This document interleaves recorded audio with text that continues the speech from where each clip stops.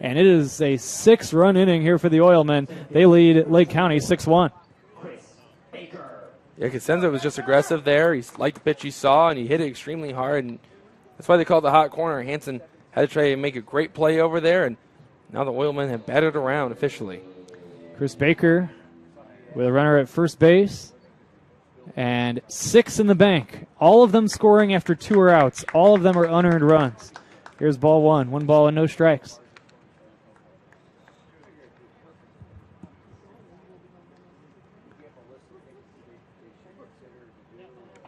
Here's the 1-0. Swinging a grounder foul at the plate off the body of Baker, and the count 1-1.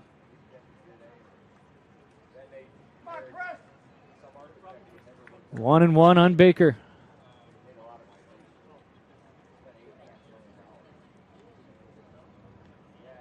Now the only question about this inning is, can Bevel get out of it? There's the 1-1. And this is high and outside, 2-1.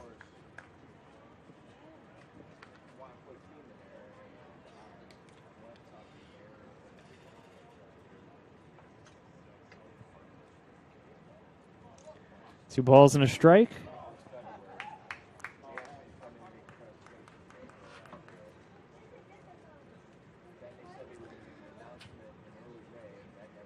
Here's the 2-1. This is high and outside, 3-1. Boy, it's been a struggle for Bevel in this inning. Yeah, you can see the body language on Bevel after that one. He starts off every at-bat. I think his first pitch strike percentage has got to be pretty good, but after that, it just seems as though his mechanics get out of whack and he can't find the strike zone again. Here's the 3-1. Instead, the runner takes off too soon. The throw to second base on him is not in time. It goes as a stolen base. Without it, the pitch being thrown, Cosenza steals second. And the Oilmen now could add on another run with a base hit. I think Bevel took too long to throw that baseball, and 2, he didn't throw it hard enough. And then because of that, he left it high, and Schultz had to catch it and try and make the tag while jumping up in the air all at once. And easy stolen base there from Cosenza. 3-1 on Baker. Here's the pitch, high and outside, ball 4. It's the 5th walk issued by the starter Bevel in this first inning, and that's going to be it. Pitching change coming up. We'll take a timeout. We'll come back with the continuation of this first inning after this. Still 2 on and 2 away for the Oilmen, who have scored 6. They lead Lake County 6-1. We're back after this on the Northwest Indiana Oilmen Broadcasting Network. We don't go to the office. We build it. This is a truism with Ironworkers Local 395 and the Northwest Indiana Contractors Association. Our goal is to exceed our customers' expectations. We provide a skilled, OSHA-trained, drug-free workforce, as well as many other certifications from our 4-year training program. Every time you hire an ironworker from Local 395, you should feel confident that you are receiving highly trained, highly skilled, and drug-free journeymen and apprentices who take their job and your project seriously. For more information, contact us at 219-763-7900 or ironworkers395.com. You guys are crushing it. See how 8 grams of healthy protein in Land of Frost premium meat gives you energy and keeps you full. Let's get those buns toasting, bread. Cheese, 10 more. Go. I'm getting shredded. Make the smart choice. Land of Frost premium. Back at Oil City Stadium, we have a first inning pitching change as the starter Bevel did not make it out of the opening inning. We'll get you the final line on him once you can close the book on him a bit later on, as he allows 6 runs so far, and he's still responsible for 2 Oilmen on base, as the Oilmen will send an 11th batter to the plate in this inning as Mosley will come up for a second time. There's a new pitcher on the mound, and it's Ryan Troxel. Bevel is out. Troxel is in. Andrew, what can you tell us about Ryan Troxel? Well, Troxel is a hard worker on the mound. He works extremely hard in the offseason. He's going to come in with a fastball and a slider and then a changeup. He's the right-hander from Indiana Tech. He started some games for him, but mostly out of the bullpen. And fun fact, he just got done coaching the Valpo JV team this past weekend, and he went 2-0. So a good start to his coaching career. How about that? Also, how about the fact that no earned runs charged to Bevel, as this inning should have been over on the E5, so everything will be unearned in this bizarre and elongated first inning. But really, there comes a point, even though statistically they're all unearned, there comes a point where, yes, they got an extra out, but the pitcher should eventually get that fourth, or it's actually the third out in the inning. You know what I mean? Yeah, it was, you had the E5, but after that, it was just abundance of walks and one hit. And you can't defend walks. It's just as simple as that. And there's nothing that the fielders can do for the Corndogs but sit there and watch and hope that an Oilman will put the ball in play and to a defender. And let's see if Ryan Troxel can finally end it here. It's been a bizarre, and you said, long bottom of the first. 1, 2, 3, 4, 5, 6 walks. First pitch here, taken for ball one. Troxel, a former MCL Minuteman. He's pitched in the league before. The crazy thing is it all came with 2 outs. The first 2 batters were both retired. That was Baker and Mosley. The 1-0 here bounced left side foul. Since then, the last 8 Oilmen have gotten on base. It all starts with an error. Sometimes the pitcher sees that and they have to go into the stretch for the first time, and then they can't settle back in. Here comes the 1-1. Taken for a strike, and it's 1-2. You've been in this booth a long time. How many times have you seen one error turn into a snowball effect, and the offense capitalizes and scores a bunch of runs because of mental mistakes by the defense? Yeah, you're right. I mean, it's hard to get 4 outs in 1 inning. This is low for a ball. And then we talked, Leo and I have talked about how when the Oilmen have errors and you have innings extend, not only does it lead to runs, but also your pitcher throws more pitches. So even if your pitcher is able to bounce back and work out of it, it still ends up being more pitches in that inning, and then it leads to a shorter outing. Many of the guys are on strict pitch counts that come down from their college coaches, or early in the summer they're still stretching out, and you want to get as much out of those pitches as you can. The 2-2 just misses here. We go full at 3-2. Yeah, the Corndogs had an inning this year out in Joliet when there was an error in the outfield, and after that, just walks on walks, and then the Generals scored 6 runs. Luckily, the Corndogs are up 11-0 at that point. Here's the payoff pitch. Swing and a miss, strike 3, and the inning ends. But not before big time, and I mean big time damage done. As the Oilmen score 6 times, they're all unearned. They do it on 1 hit, 6 walks, an error, and they leave 2. After 1 inning, it's Oilmen 6, Corndogs 1 on the Northwest Indiana Oilmen Broadcasting Network.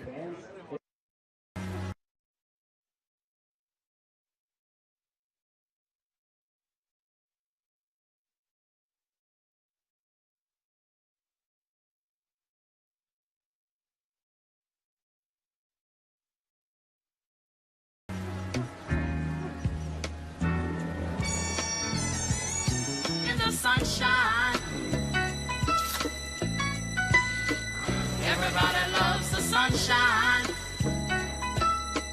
Have a student headed to college this fall? If so, you probably have questions, and the best place to find answers is Ivy Tech Community College. Ivy Tech is in your community and offers hundreds of options. Best of all, our tuition is a fraction of the cost of other colleges. Complete a free application today. Wait!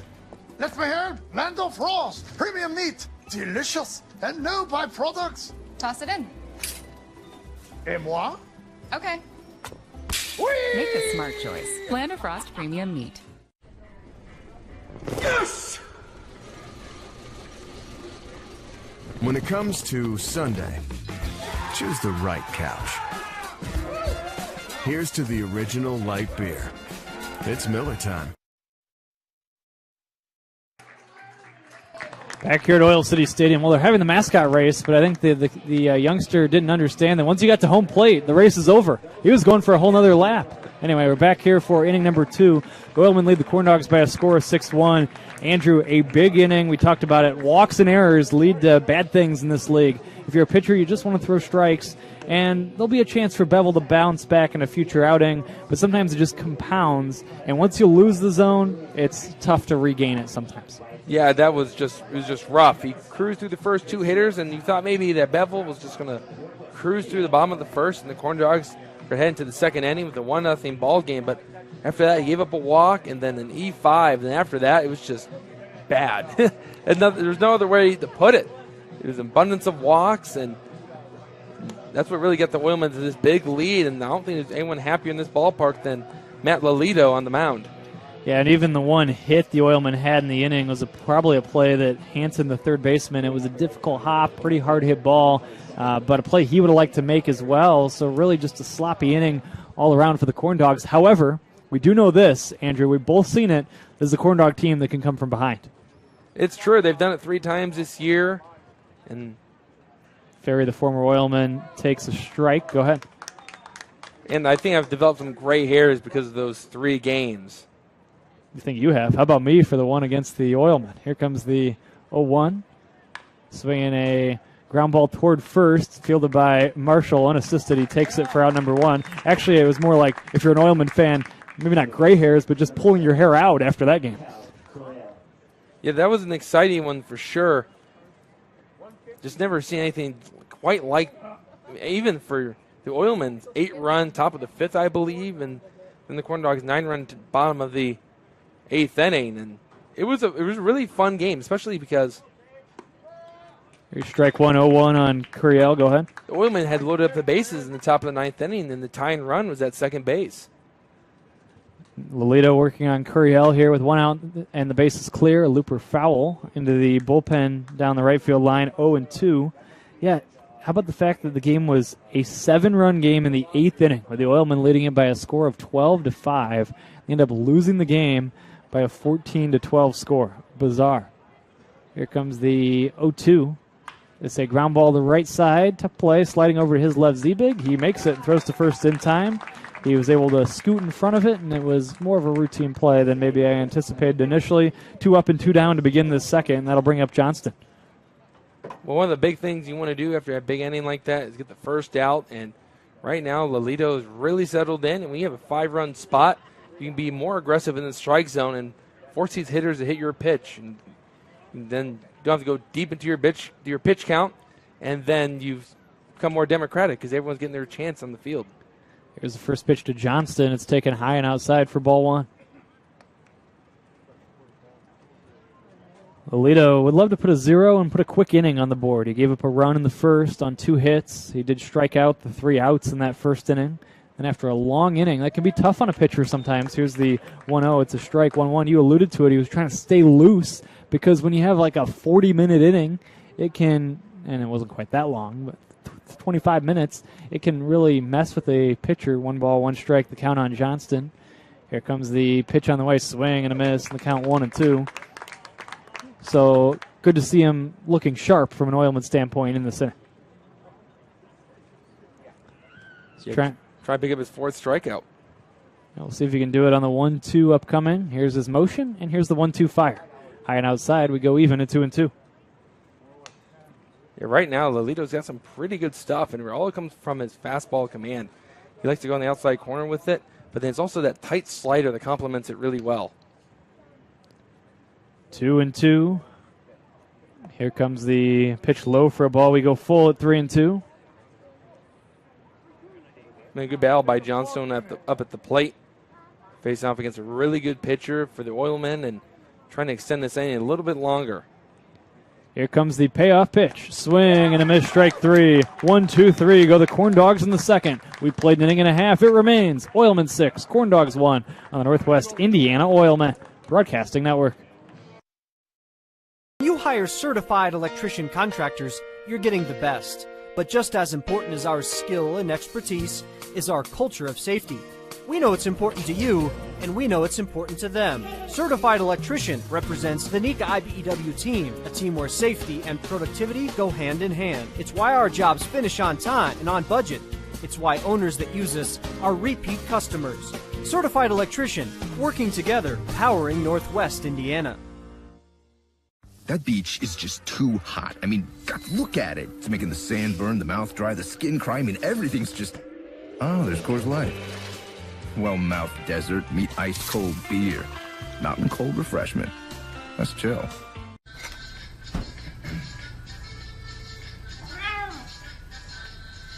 You didn't do anything wrong. You just didn't know Miller Lite has more taste and only 1 more calorie than Michelob Ultra. Now, you do.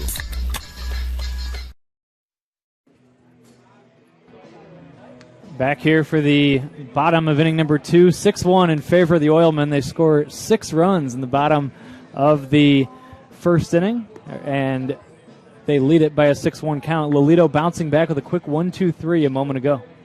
Yeah, that's really good news for the Oilmen, and give their fans a lot to cheer about early on with a 6-run bottom of the first, and he's also picked up 4 strikeouts of the 6 outs he's needed to get. And it all starts with that high fastball he keeps going to at the top of the zone, and just seems as though the Corndogs hitters can't catch up to it. It'll be the 3, 4, and 5 hitters in this inning here for the Oilmen.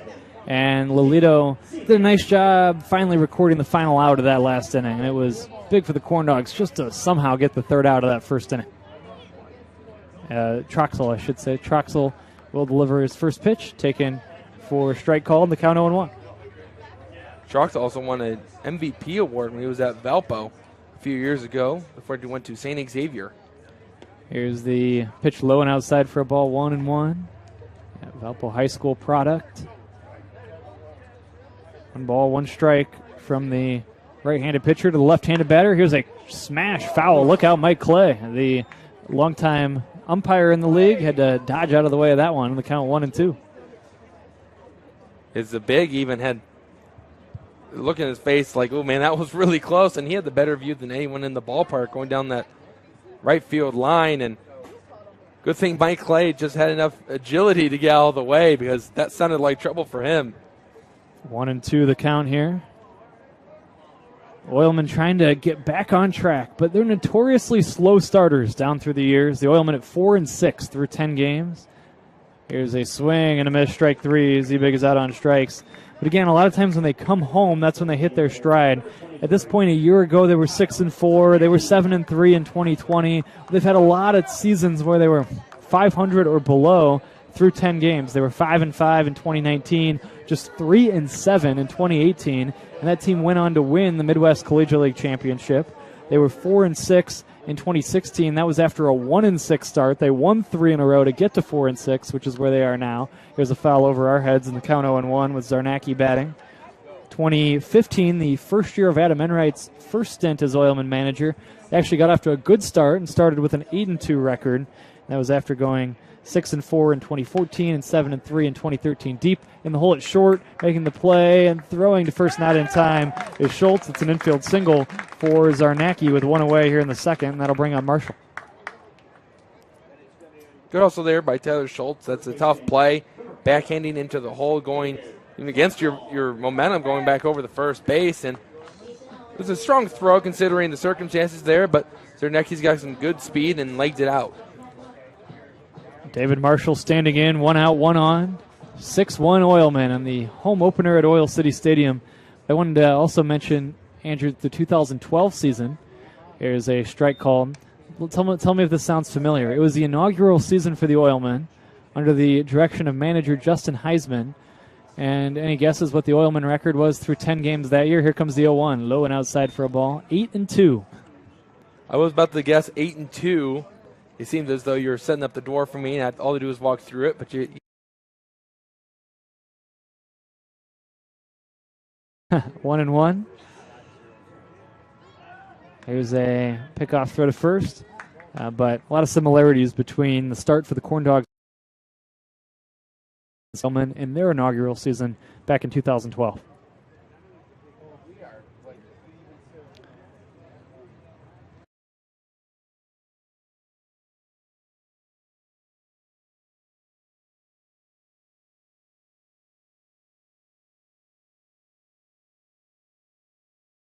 Justin Heisman's Oilmen in their inaugural season back in 2012.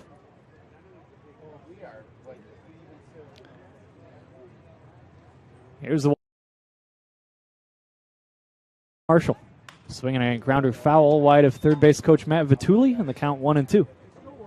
Yeah, the Corndogs have really gotten lucky getting Justin Heisman. He's a player's first manager, as you would know. And the first thing he said to these guys is, I'm not going to get you injured. We're just going to go out there, have fun, and play ball. Here's the 1-2 to Marshall, swinging a tap foul. It really has been an incredible start coming out as the new team in the league. To make that type of statement in your first 10 games is a big deal. Yeah, and giving the fans a lot to cheer about. And those come from behind victories, and the pitching's been really good too, and maybe we'll get up there with the Oilmen someday. 1-2. Here comes the pitch on the way. This is swung on and lifted foul here, and remains 1-2. And I think it was Ben and I talked about it on the broadcast at Lake County.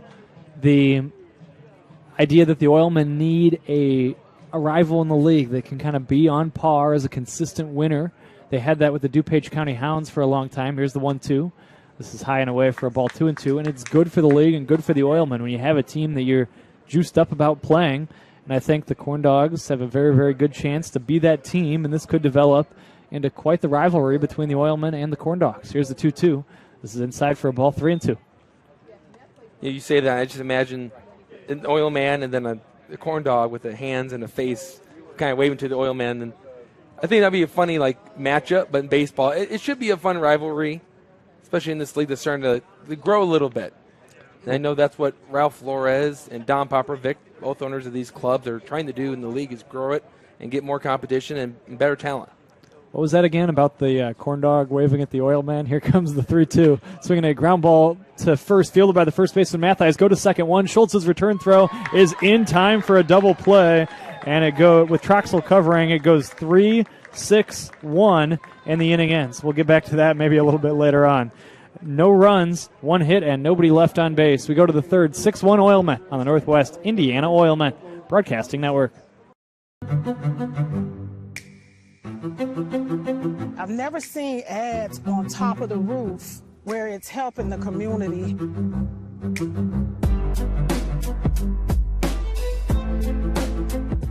I am a success. I am the future. I am. I am. I am. I am. I am. I am. I am. I am. I am Ivy Tech Community College. Are you?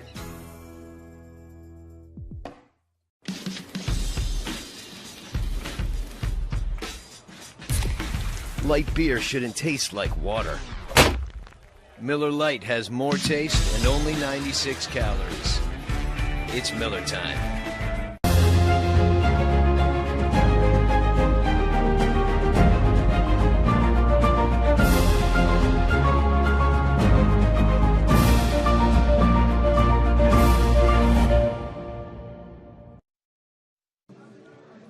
Back here at Oil City Stadium as we take it to inning number 3. Glad to be joined by a special guest here in the booth as former Oilman manager TJ Merrick has dropped by to visit with me here for a few minutes. 6-1 in favor of the Oilmen. TJ, welcome back to Oil City Stadium. Yeah, and what's it like to be here and not be managing? Oh, man, it's different. Obviously, great atmosphere here today, and, it feels good to actually be outside of the lines today and actually enjoy myself and not stressing out all the time. What do you take away from the experience a year ago from managing the Oilmen, and how has that helped you now as you transition into a head coaching role? We'll touch more on that a bit later on at the college level, but tell me about the experience last summer with the Oilmen. Obviously, I had a great experience managing the Oilmen last season. I can definitely say that it is a big part of the reason why I went into the position this past season pretty confident with myself and moving forward, and I wouldn't change managing last year for the world. Yeah, Adam Enright leaves Missouri Valley College. He's now back managing the Oilmen, and that creates an opening. You were on his staff there. He connected you to the Oilmen to give you the experience a year ago managing our team. There's a swing and a miss. The count 0-1. Tell me about that process when Adam leaves to come take the Trinity Christian job and take back over as Oilman manager for you to then get the opportunity to be a college head coach at Missouri Valley. The 0-1 is fouled, and it's 0-2. Just tell me about how that all unfolded and what was it like to be a college head coach for the first time? Being a college head coach, let me tell you, is a lot more difficult than I thought it would be. But right when I stepped in, once I got my feet wet and got used to everything, I became a little more comfortable. And obviously, there's still those struggles. But like I said earlier, if it wasn't for the Oilmen and obviously Coach Enright just kind of taking me under his wing and showing me the ropes of everything coaching-wise, I definitely wouldn't be in the position that I am now. Here's the 1-2 low and outside for a ball. Yeah, tell me more about that relationship as we have a 2-ball, 2-strike count on Jaden Deal with Lolito on the mound for the Oilmen. That relationship between you and the new/old Oilman manager, Adam Enright. Yeah, so I ended up taking a grad assistant job under Adam 2 years ago in 2020, August 2020. And obviously, I worked under him, and he was one of the big reasons why I came and managed the Oilmen last season. And obviously, we still have that connection, and we talk almost every single day. I'll text him about something, even if it's like asking how he's doing, asking how the kids are, just asking for help overall. And he's always there to kind of be my right-hand man and helping me with everything. Deal strikes out swinging one away here in the third, 6-1 Oilmen. Let's talk about Matt Lolito. You had a chance to manage him last summer with the Oilmen. Here's a strike. He's off to a good start this season and had a very good year for you on your pitching staff. What stands out to you about Matt Lolito? I mean, obviously, his velocity is really, really tough. And obviously, being early on in the season, wood bat-wise, it takes a little bit of adjusting going from metal to wood. And his velocity definitely helps him a lot. And then, obviously, especially when he's able to locate his off-speed, he's a really tough guy to face, no matter lefty or righty. Lolito fields this one and flips the first in time. 1-3, the putout goes. Hansen is out number 2. Now Gavin Terry will bat with 2 outs and the base is empty. Do you have a favorite moment of the Oilman season a year ago? What stood out to you? What memory did you take with you from that time with the Oilman? There's a lot of great memories. If you want me to be honest, the number one thing I remember is just kind of hanging out with all the guys pregame. But if we're talking on the field, it's hard to pass up saying Aaron Cook having that game winner against Southland to put us in the championship last year. 1-0 high for a ball, 2 balls and no strikes. And you certainly carried on the winning tradition of the Oilmen. A bumpy start this season at 4-6, but there have been bumpy starts before, and the Oilmen always bounce back from that. Here comes the 2-0. It's a liner foul, and the count 2-1. And once they start playing the home games, 10 straight on the road to start the year, that's always a tough stretch at the beginning of the season. Definitely not easy. 2 balls and 1 strike, the count here on Terry. Adam was telling me before the game that he had a good year at Missouri Valley, swing and a miss, and it's 2-2. You had one of your better seasons at Missouri Valley in a while. How did things go during the spring? And tell me about that. Obviously, things went really well. To be 100% honest, we did not change very much from when Adam was there. There was no need to, because everything that he implemented and everything that we did was 100% what I agree with as well. But yeah, we definitely did some things this past season that Missouri Valley hasn't seen in a long time, and obviously that's all because of him, of what he did the previous 4 or 5 years at Missouri Valley. 2-2 on Terry. Lolito trying to retire the side. Here comes the 2-2 pitch. Swinging a ground ball toward third. Backhanded by Cosenza. The third baseman throws to first in time. Good play and a good stretch by Marshall on the other end. Well, TJ, thanks for dropping by for a few minutes. It was fun to catch up with you and fun to see 3 different Oilman managers. Justin Heisman managing the Corndogs, Adam Enright, of course, and you all in the house tonight for opening night here at Oil City Stadium. Absolutely. Thank you for having me on. There he is, TJ Merrick, the manager of the Oilmen from a year ago. We'll be back after this at 6-1 Oilmen on the Northwest Indiana Oilmen Broadcasting Network. Don't go to the office. We build it. This is a truism with Ironworkers Local 395 and the Northwest Indiana Contractors Association. Our goal is to exceed our customers' expectations. We provide a skilled, OSHA-trained, drug-free workforce, as well as many other certifications from our 4-year training program. Every time you hire an ironworker from Local 395, you should feel confident that you are receiving highly trained, highly skilled, and drug-free journeymen and apprentices who take their job and your project seriously. For more information, contact us at 219-763-7900 or ironworkers395.com. You guys are crushing it. See how 8 grams of healthy protein in Land of Frost premium meat gives you energy and keeps you full. Let's get those buns toasting, bread. Cheese, 10 more. Go. I'm getting shredded. Make the smart choice. Land of Frost Premium.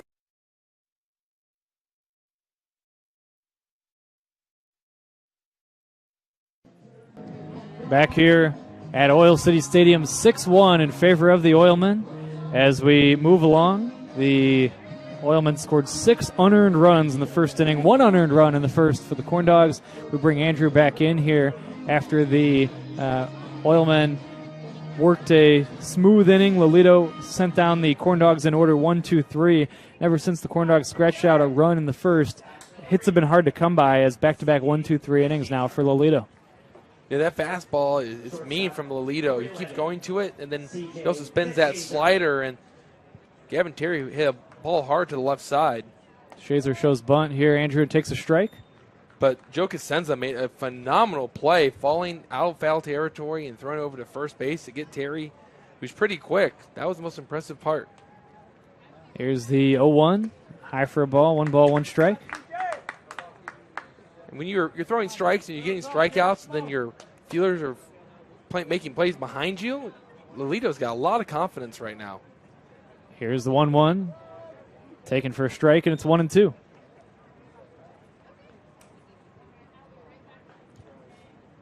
Thanks to TJ Merrick for dropping by, the Oilmen manager from a season ago.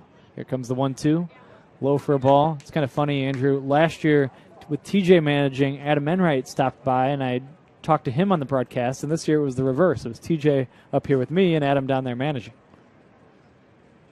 2-2 on DeShazer. Here comes the pitch on the way. Swinging a bouncing ball foul, right side it remains, 2-2. Funny how that kind of shaked out for you. Maybe you can get Justin Heisman up here at some point. Sure. 2 balls, 2 strikes. It's a little busy tonight, but you know what? I think I have had him on before. I'm trying to think if we did or not on it after he was the manager of the Oilmen when he came back for a game, maybe the year or two after. This is high and outside. We go full at 3-2. Oilmen really trying to bounce back from one of their worst offensive performances, not only of the season, but ever the other night. Here's the 3-2 swing and a miss. DeShazer's out on strikes.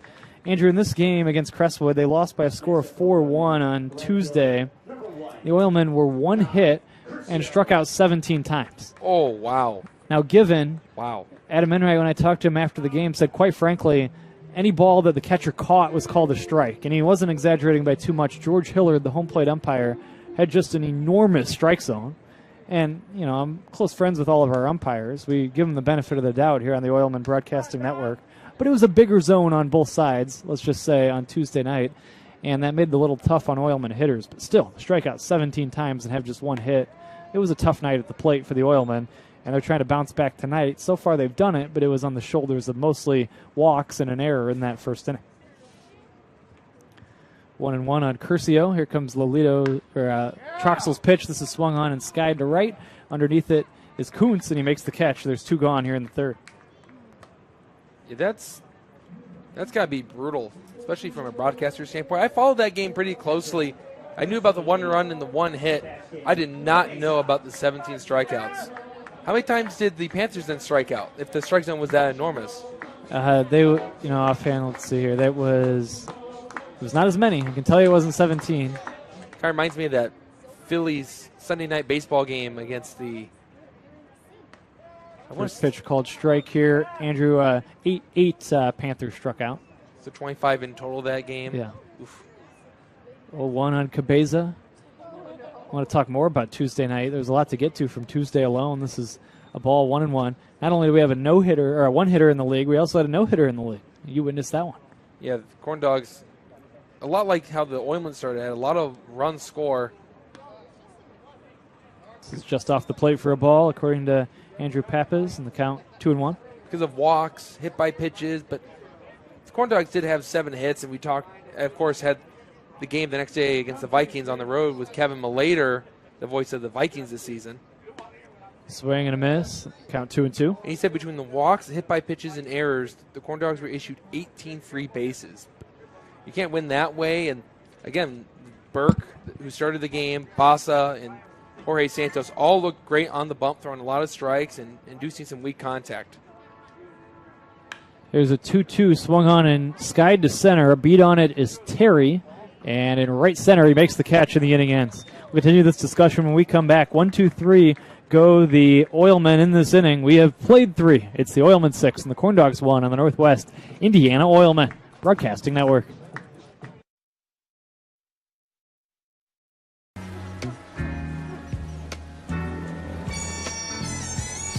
In the sunshine, everybody loves the sunshine. Have a student headed to college this fall? If so, you probably have questions, and the best place to find answers is Ivy Tech Community College. Ivy Tech is in your community and offers hundreds of options. Best of all, our tuition is a fraction of the cost of other colleges. Complete a free application today. Wait! Let me help! Land of Frost! Premium meat! delicious, and no byproducts. Toss it in. Et moi? Okay. Make a smart choice. Land of Frost Premium Meat. Yes! When it comes to Sunday, choose the right couch. Here's to the original light beer. It's Miller time. Back here for inning number 4, Matt Lolito cruising along. Ryan Troxel in relief. Andrew has done a nice job for the Corndogs. It was much needed. That can be tough when unexpectedly you're in the game in the first inning coming out of the bullpen. He's responded well. He really has, and that's what I've been really impressed with Ryan Troxel so far this season is he attacks the strike zone, and he has a 3-pitch mix of the fastball, slider, and changeup. And he can control all of them, too. 6-1 the score. All of the scoring on both sides came in the first inning as we get set to have the top of inning number 4 commence. And I wanted to get back to Tuesday night. Something to run by you here, Andrew, and see your thoughts on it. But here's how it unfolded as far as the one hit for the Oilmen in the game on Tuesday. 2 outs, nobody on base, 8th inning. The Panthers were throwing a no-hitter, albeit a combined no-hitter. Their starter, Schasberger, 6 innings of 1 run, unearned, no-hit ball. He struck out 12 and walked 3. And then Farrow, the reliever, Charlie Farrow, came in and threw eventually the next 3 innings to nail down the save. But with 2 outs in the 8th, Dom Curcio, the Oilman leadoff batter, with the Oilmen down by 3 runs. Here comes the pitch, taken for ball 1, 1-0. Bunted for a hit, and that was the only Oilman hit of the game, a bunt single. Here comes the 1-0. It's taken for a strike. I asked Adam Enright about it after the game, and he said, at that point, you're trying to win the game. A hit is a hit. You've got to defend against that. It's a close game. Maybe if it's 8-0 or 10-0, it's a different story. There's the 1-1. It's a strike. And he also said Dom Curcio is not a guy that's going to slug the ball. He's a bunt and run type of guy. That's what his school sends him to the Oilmen to practice over the summer, and that's what they wanted him to do in that spot. Here's the 1-2. Low for a ball, 2-2. They check to first. No swing, says Mike Clay. What are your thoughts? All right, well, I mean, it was a 4-1 game at that point, so it wasn't like it was, as you mentioned, it wasn't 8-0. It wasn't Bush League in any sort of fashion, if that's what you're asking. There's a 2-2 swing and a miss for strike 3. Lolito strikes out Schultz, and there's one away here in the 4th, and Lolito's feeling it right now. And I think at this point of the game, you're trying to get some runners on base, and after a hit like that, all it takes is one walk or hit by a pitch, and the tie runs at the plate.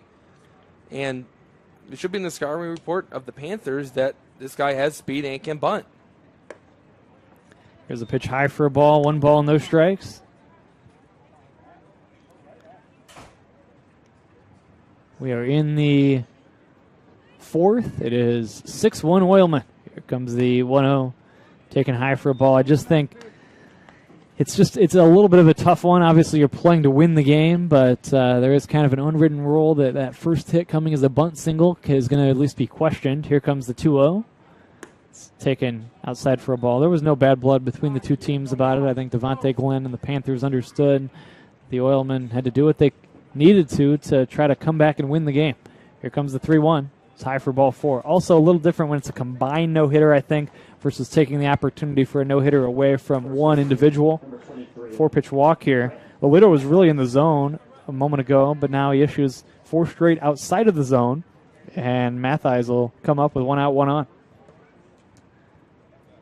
Yeah, again, it's still a safe situation for the Panthers. So 3 runs is really nothing in this game. Mathies looks at a strike, and it's 0-1.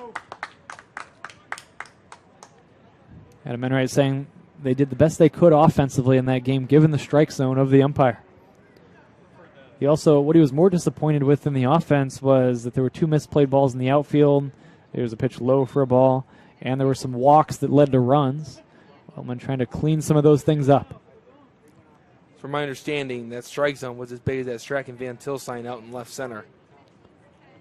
It may very well have been. And great way weaving the sponsor into the broadcast. The 1-1, high and outside, 2-1. Brand new sign, just recently hung up in left center field. The Oilmen have to have the most bravest interns I've ever seen hanging those up while batting practice was going on the field. Here's the 2-1. This is taken for a strike, and it evens out at 2-2 on Mathias. Happy to report that everyone was safe. Yes, yes. No interns entering the injured list. No, after we today. try to keep them healthy. 2-2. We did have once a broadcaster go on the injured list. Here's the 2-2. A line drive to third, caught by Cosenza. Throw to first, not in time. He gloves the hot smash at third base, does Cosenza, and that's the second out of the fourth inning. Great approach there from Mathias, just having to find Cosenza instead of the outfield grass as he tried to go opposite way on Lolito, and now there's 2 outs. Jacob Ferry was the MVP of the MCL All-Star Game right here at Oil City Stadium while representing the Oilmen a year ago. Now he's a visiting player at the OC, and the move to the Corndogs was simply geographic. This is low for a ball. For him, just a shorter drive to Crown Point, and that made sense for him to make that move and play for the Corndogs this summer. 1-0 on Ferry. Hitting 6th in the lineup, hitting .333 on the season. Swings and bounces this one to first. It'll be an easy play for Marshall. The first baseman kicks the cushion and the inning ends. No runs, no hits. 1 left for Lake County in that inning. We've played 3.5. It remains Oilmen 6, Corndogs 1 on the Northwest Indiana Oilmen Broadcasting Network. You hire certified electrician contractors, you're getting the best. But just as important as our skill and expertise is our culture of safety. We know it's important to you, and we know it's important to them. Certified Electrician represents the NECA IBEW team, a team where safety and productivity go hand in hand. It's why our jobs finish on time and on budget. It's why owners that use us are repeat customers. Certified Electrician, working together, powering Northwest Indiana. That beach is just too hot. I mean, God, look at it. It's making the sand burn, the mouth dry, the skin cry. I mean, everything's just... Oh, there's Coors Light. Well-mouthed desert, meet ice-cold beer. Mountain cold refreshment. That's chill.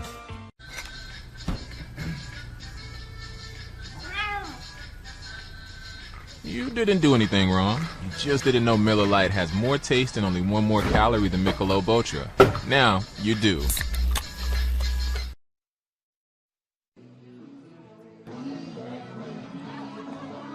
Back here at Oil City Stadium, we've played 3.5. It's 6-1 in favor of the Oilmen. On opening night, a good crowd on hand. It is not only opening night, it is Teacher Appreciation Night here at Oil City Stadium. It is also Thirsty Thursday at the ballpark, and we are happy to have you with us. 6-1 the score in favor of the Oilmen as we take it to the 4th inning. It'll be 9-1-2. Cosenza, Baker, and Mosley due up in this 4th. Do you have any teachers you would like to recognize that you appreciate? Well, I don't know if this counts as teacher appreciation. I did tell a story about my 78-year-old 5th grade teacher on the broadcast on Sunday, as I think it was Josh mentioned that somebody was majoring in math and science, and I said that my 5th grade teacher was 78 years old at the time, used to play an accordion and sing a song that said, math and science, they go together like the great alliance. So swung on and fouled out of play. So I told that already on Sunday. That's the only teacher story I think I've ever told on Oilman Broadcasting here. How about you? Do you have a favorite teacher that you want to give a shout out to? I'll think of one. There's just so many.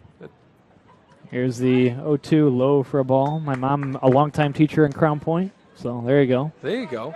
You know what school? Winfield. Oh, Winfield. That's where I went. Did you? Yeah. How about that? 1 ball, 2 strikes. I live maybe 5 minutes from Winfield Elementary. Sure she was there. She's been there upwards of 30 years. The 1-2 swing and a miss. He went too far, did Cosenza. That is out number 1. And we'll go to the top of the order in Baker. Also Thirsty Thursday, always a favorite of many, many fans. Sometimes even a favorite of our official scorer, David Bork, who's scoring the game from home tonight. Here comes the pitch low for a ball on the count 1-0. We look forward to getting him back in the booth as soon as possible, but we can't miss Thirsty Thursday. No. You know it had to be a lot to keep him out. Here is a pitch high fouled high off to the left and out of play, and the count 1-1. Chris Baker, yesterday was the anniversary, the on this date of actually the 6-year anniversary of Baker's first ever game at Oil City Stadium was yesterday. Here's the 1-1, swing and a miss. It's 1-2. On the first pitch he ever saw in this ballpark when he began his Oilman career way back in 2016, first pitch grand slam. Oh, wow. And a part of a big inning for the Oilmen as they beat the Lakers that night by a score of 9-5. Here he strikes out swinging, and that is out number 2. Back-to-back strikeouts to start this inning for Troxel, who's rolling right along. 2 gone, nobody on in the 4th. And that was his 5th strikeout. So he's just attacking these Oilmen hitters and forcing them to hit his pitch. So right now, the Corndogs, it's not their pitching, it's been their offense that's really hit a speed bump. 2 outs and the base is clear. Mosley stands in. Here comes the pitch grounded toward third. This is bobbled by Hansen. He recovers and throws out Mosley. And the Corndogs Corndogs throw a 1-2-3 inning. The Oilmen go down in order. We played 4. Leo will have it for you when we come back. Oilmen 6 and the Corndogs 1 on the Northwest Indiana Oilmen Broadcasting Network. I've never seen ads on top of the roof where it's helping the community.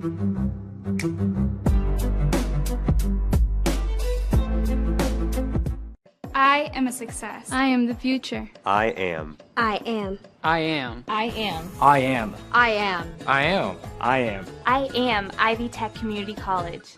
Are you?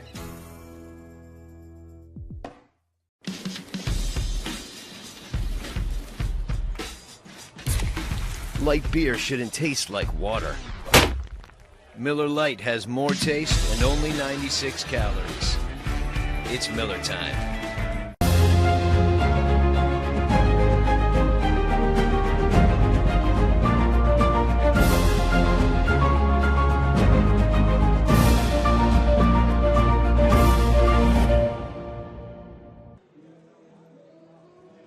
Leo Stodder, Andrew Mild with you back here at Oil City Stadium, where Matt Lolito takes the mound again for the 5th inning of work here, where the Oilmen lead 5-0. It's been a pretty solid day so far for Lolito. We saw first things first in the first inning, the Corndogs got some action going out of him, got the run, but then he settled into a nice groove here as he's been able to put up zeros on the board since. Yeah, he's been just very dangerous on the mound, and he had, 56 strikeouts in 36 innings last season for the Oilmen. That's a ridiculous number. So right now he's really proven that he is that strikeout guy and the ace of this team, and really knows how to use his body. He's a long, lengthy guy. He pulls some levers and gets some nice whip action on his fastballs. And the good thing is, too, he doesn't tip his pitches either. And when you have 5 pitches, you really have these hitters coming out there and guessing what he's going to throw. I think one thing to mention as we're getting set to see Curiel here for the Corndogs is that he doesn't just rely on that velocity, too, that he can throw off speed as we get set for the 0-1 or the first pitch. That one's cracked up the middle. Over to Shazer, who handles it, throws over to first base in time for the first out of that inning. Lolito only needs 1 pitch to get the first out. But back to Lolito, you see sometimes with bigger pitchers, they just kind of reach back and try to throw as hard as they can, but Lolito can have the off-speed pitches to complement his velocity, which has really put him into a good groove on the mound. Yeah, because fastballs can only get you so far, especially when hitters start to get better and they can hit those fastballs. You can get away with it usually in high school and if you have good velocity. But once these guys start timing you up, you got to have some breaking pitches that can throw them off. Now Johnstone at the plate for the Corndogs. Lolito floats a bender in there for strike 1. As we mentioned, that off-speed pitch there. But Lolito can even work backwards, too. So first pitch slider there. You may go back to the fastball here, maybe a 2-seamer.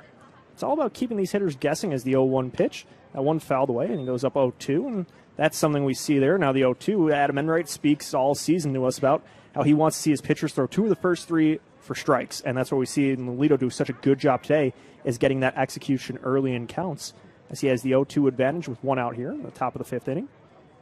That pitch, swing and a miss for strike 3. Another strikeout on the day for the lanky right-hander. He continues to plow through this Corndog lineup with 2 outs here in the 5th inning. It'll be, by my count, the 6th strikeout of the day for Lolito. As now Jaden Deal comes to the plate for Lake County.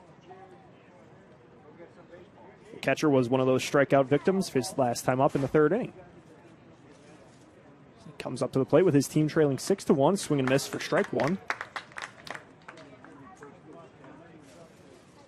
Making the jump next season to Toledo, playing in the MAC after playing previously at Kankakee Community College, making the JUCO to Division I jump as he gets a swing and miss for strike two, and having that 5-pitch repertoire and being able to mix speeds and locations and certainly help him make that jump.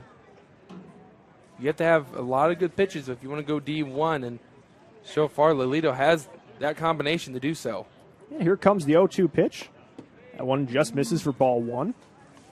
Well, his teammates in the dugout, Danny Papalava, they both played at Kankakee Community College this last season. Papalava has been unavailable as of late, though. So it was fun to see the players with all these different connections, whether they were former high school teammates or college, as Lolito gets a swing and miss there for strike three. Strikes out two of the three batters he faces to send the Corndogs down in 1-2-3 fashion. The Oilmen still lead 6-1. They'll be trying to add to that. That's coming up next on the Northwest Indiana Oilmen Broadcasting Network. We don't go to the office. We build it. This is a truism with Ironworkers Local 395 and the Northwest Indiana Contractors Association. Our goal is to exceed our customers' expectations. We provide a skilled, OSHA-trained, drug-free workforce, as well as many other certifications from our 4-year training program. Every time you hire an ironworker from Local 395, you should feel confident that you are receiving highly trained, highly skilled, and drug-free journeymen and apprentices who take their job and your project seriously. For more information, contact us at 219-763-7900 or ironworkers395.com. You guys are crushing it. See how 8 grams of healthy protein in the Land of Frost premium meat gives you energy and keeps you full. Let's get those buns toasting, bread. Cheese, 10 more. Go. I'm getting shredded. Make the smart choice. Land of Frost premium. And we're back here for the bottom of the 5th inning. It'll be Ziebig, Zarnacki, and Marshall, the 1-2-3 for the Oilmen here. Still leads 6-1. Trotzel will still be on the mound as he waits for his catcher to get in for some warm-up tosses. And for the Oilmen, it was a big first inning, putting up 6 on only a couple of hits. But now Trotzel, coming out of a pen, has really done a good job of putting zeros on the board and giving his team a fighting chance in this game. In 3 1/3 innings, and he struck out 5. I've been really impressed with the right-hander's been able to do for the Corndogs, and it's just going to come down to, is the offense going to come alive? And we talked to Justin Heisman a few nights ago after the comeback win against Southland, and he goes, I would love to see us score early, but he goes, I'll take it if we score late and win ball games. He goes, an ugly win is a win nonetheless. Yeah, absolutely. As we see the Corndogs scored first here, now might be waiting on that comeback as they've had no answer for Matt Lolito so far as he gets another 1-2-3 inning, but the right-hander's pitch count could be going up, and we'll see how deep he goes in this game. Maybe a 6th inning. Maybe the Oilmen go to the pen here as you're getting quality work from your starter. And that can certainly save the bullpen on the back end of this game. So we'll see how long Adam Enright leaves Matt Lolito in, but that's something, too, for both teams is trying to get to the bullpen early. The Oilmen have done that, but that chess move has been that the bullpen arm has been very effective on the mound. It's not bad for a Valpo JV coach coming in from the bullpen, especially on short notice. Right, yeah. We've seen a lot of these players on the both teams pick up coaching naturally, as that's involved around baseball. We saw Mike Shalaski, an Oilman starter, also does some JV coaching. It's also, we see this pitcher here doing the coaching as well. Just a natural transition. Now the 0-1 is Ziebig in the dirt. Evens things up at 1-1. Ziebig walked back in the first inning, came around and scored the first run of the game for the Oilmen, and then struck out against Trotzel in the second inning. One start of the season is the biggest head. 429 average. Best average on the team thus far. He's really swung a nice bat from the left side of the plate. Being able to mix up the contact as well as he skies that one into shallow right field. It looks like Curiel will get on that for the first out of the inning. No harm done there on the fly out.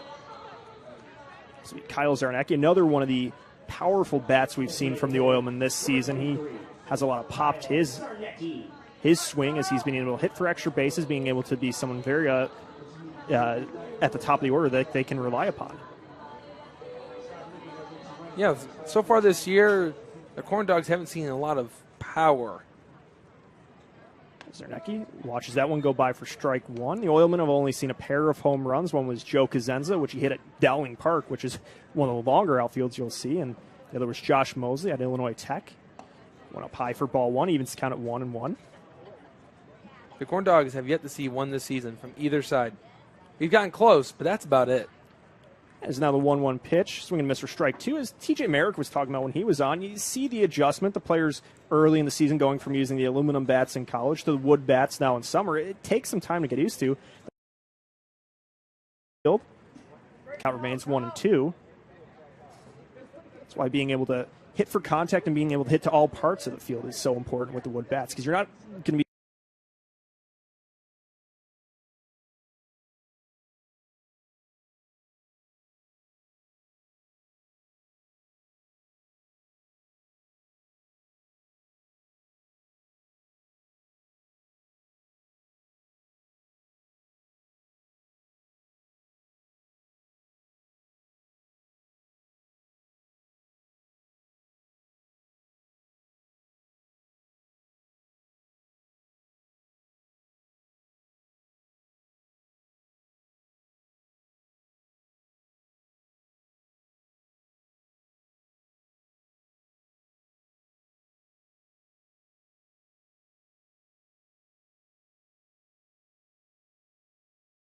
field. Ferry gets under that and makes the out. So the Oilmen go down in 1-2-3 fashion. The score remains 6-1. Brandon will be back with the call up next for the sixth inning on the Northwest Indiana.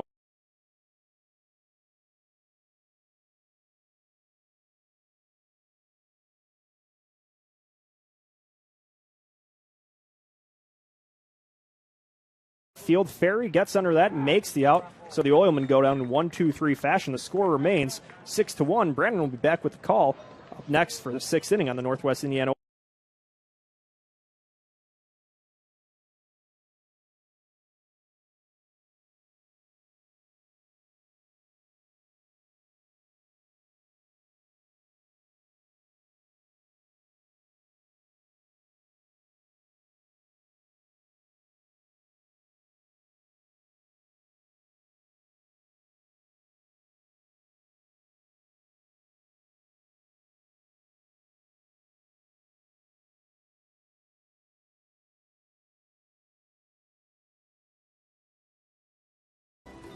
Et moi?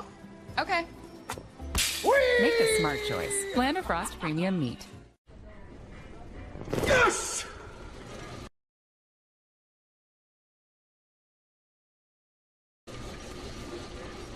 When it comes to Sunday, choose the right couch. Here's to the original light beer. It's Miller time. Back at Oil City Stadium with Andrew Mild. Brandon Vickery back with you as we take it to inning number 6. It's the Oilmen 6 and the Corndogs 1. We have Leo Staudaher producing today's game. Ben Slack is with us as well, and David Bork is working back home and keeping the scoring under control as we head to inning number 6, 6-1 in favor of the Oilmen. Happy to have you with us on the Oilmen Broadcasting Network, whether you're finding us via Region Sports or the Oilmen Facebook page or AM 1230 WJOB or JED TV. Glad you're a part of our broadcast here on opening night, the home opener at Oil City Stadium. We have a few other items to tell you about. Notre Dame FCU is your full-service, non-for-profit financial cooperative serving all of Lake County. They go where you go. Bank online through a mobile app or by phone. While others answer to stakeholders, Notre Dame FCU answers to their members. Visit NotreDameFCU.com/become a member and receive $200 when you open a checking account. Insured by NCUA. Visit their website for full offer details. Please visit their website also for more information on their products and services. Notre Dame FCU. And again, you can check out their website at NotreDameFCU.com/member. 6-1 Oilmen as we hit the 6th inning. It's been a quality start. First pitch is swung on and popped up. Right side, underneath it is Curcio. The right fielder will make the catch, and that is out number 1. One pitch, one away as Hanson skies to right, and it's been a good outing for the Oilmen pitching staff to this point.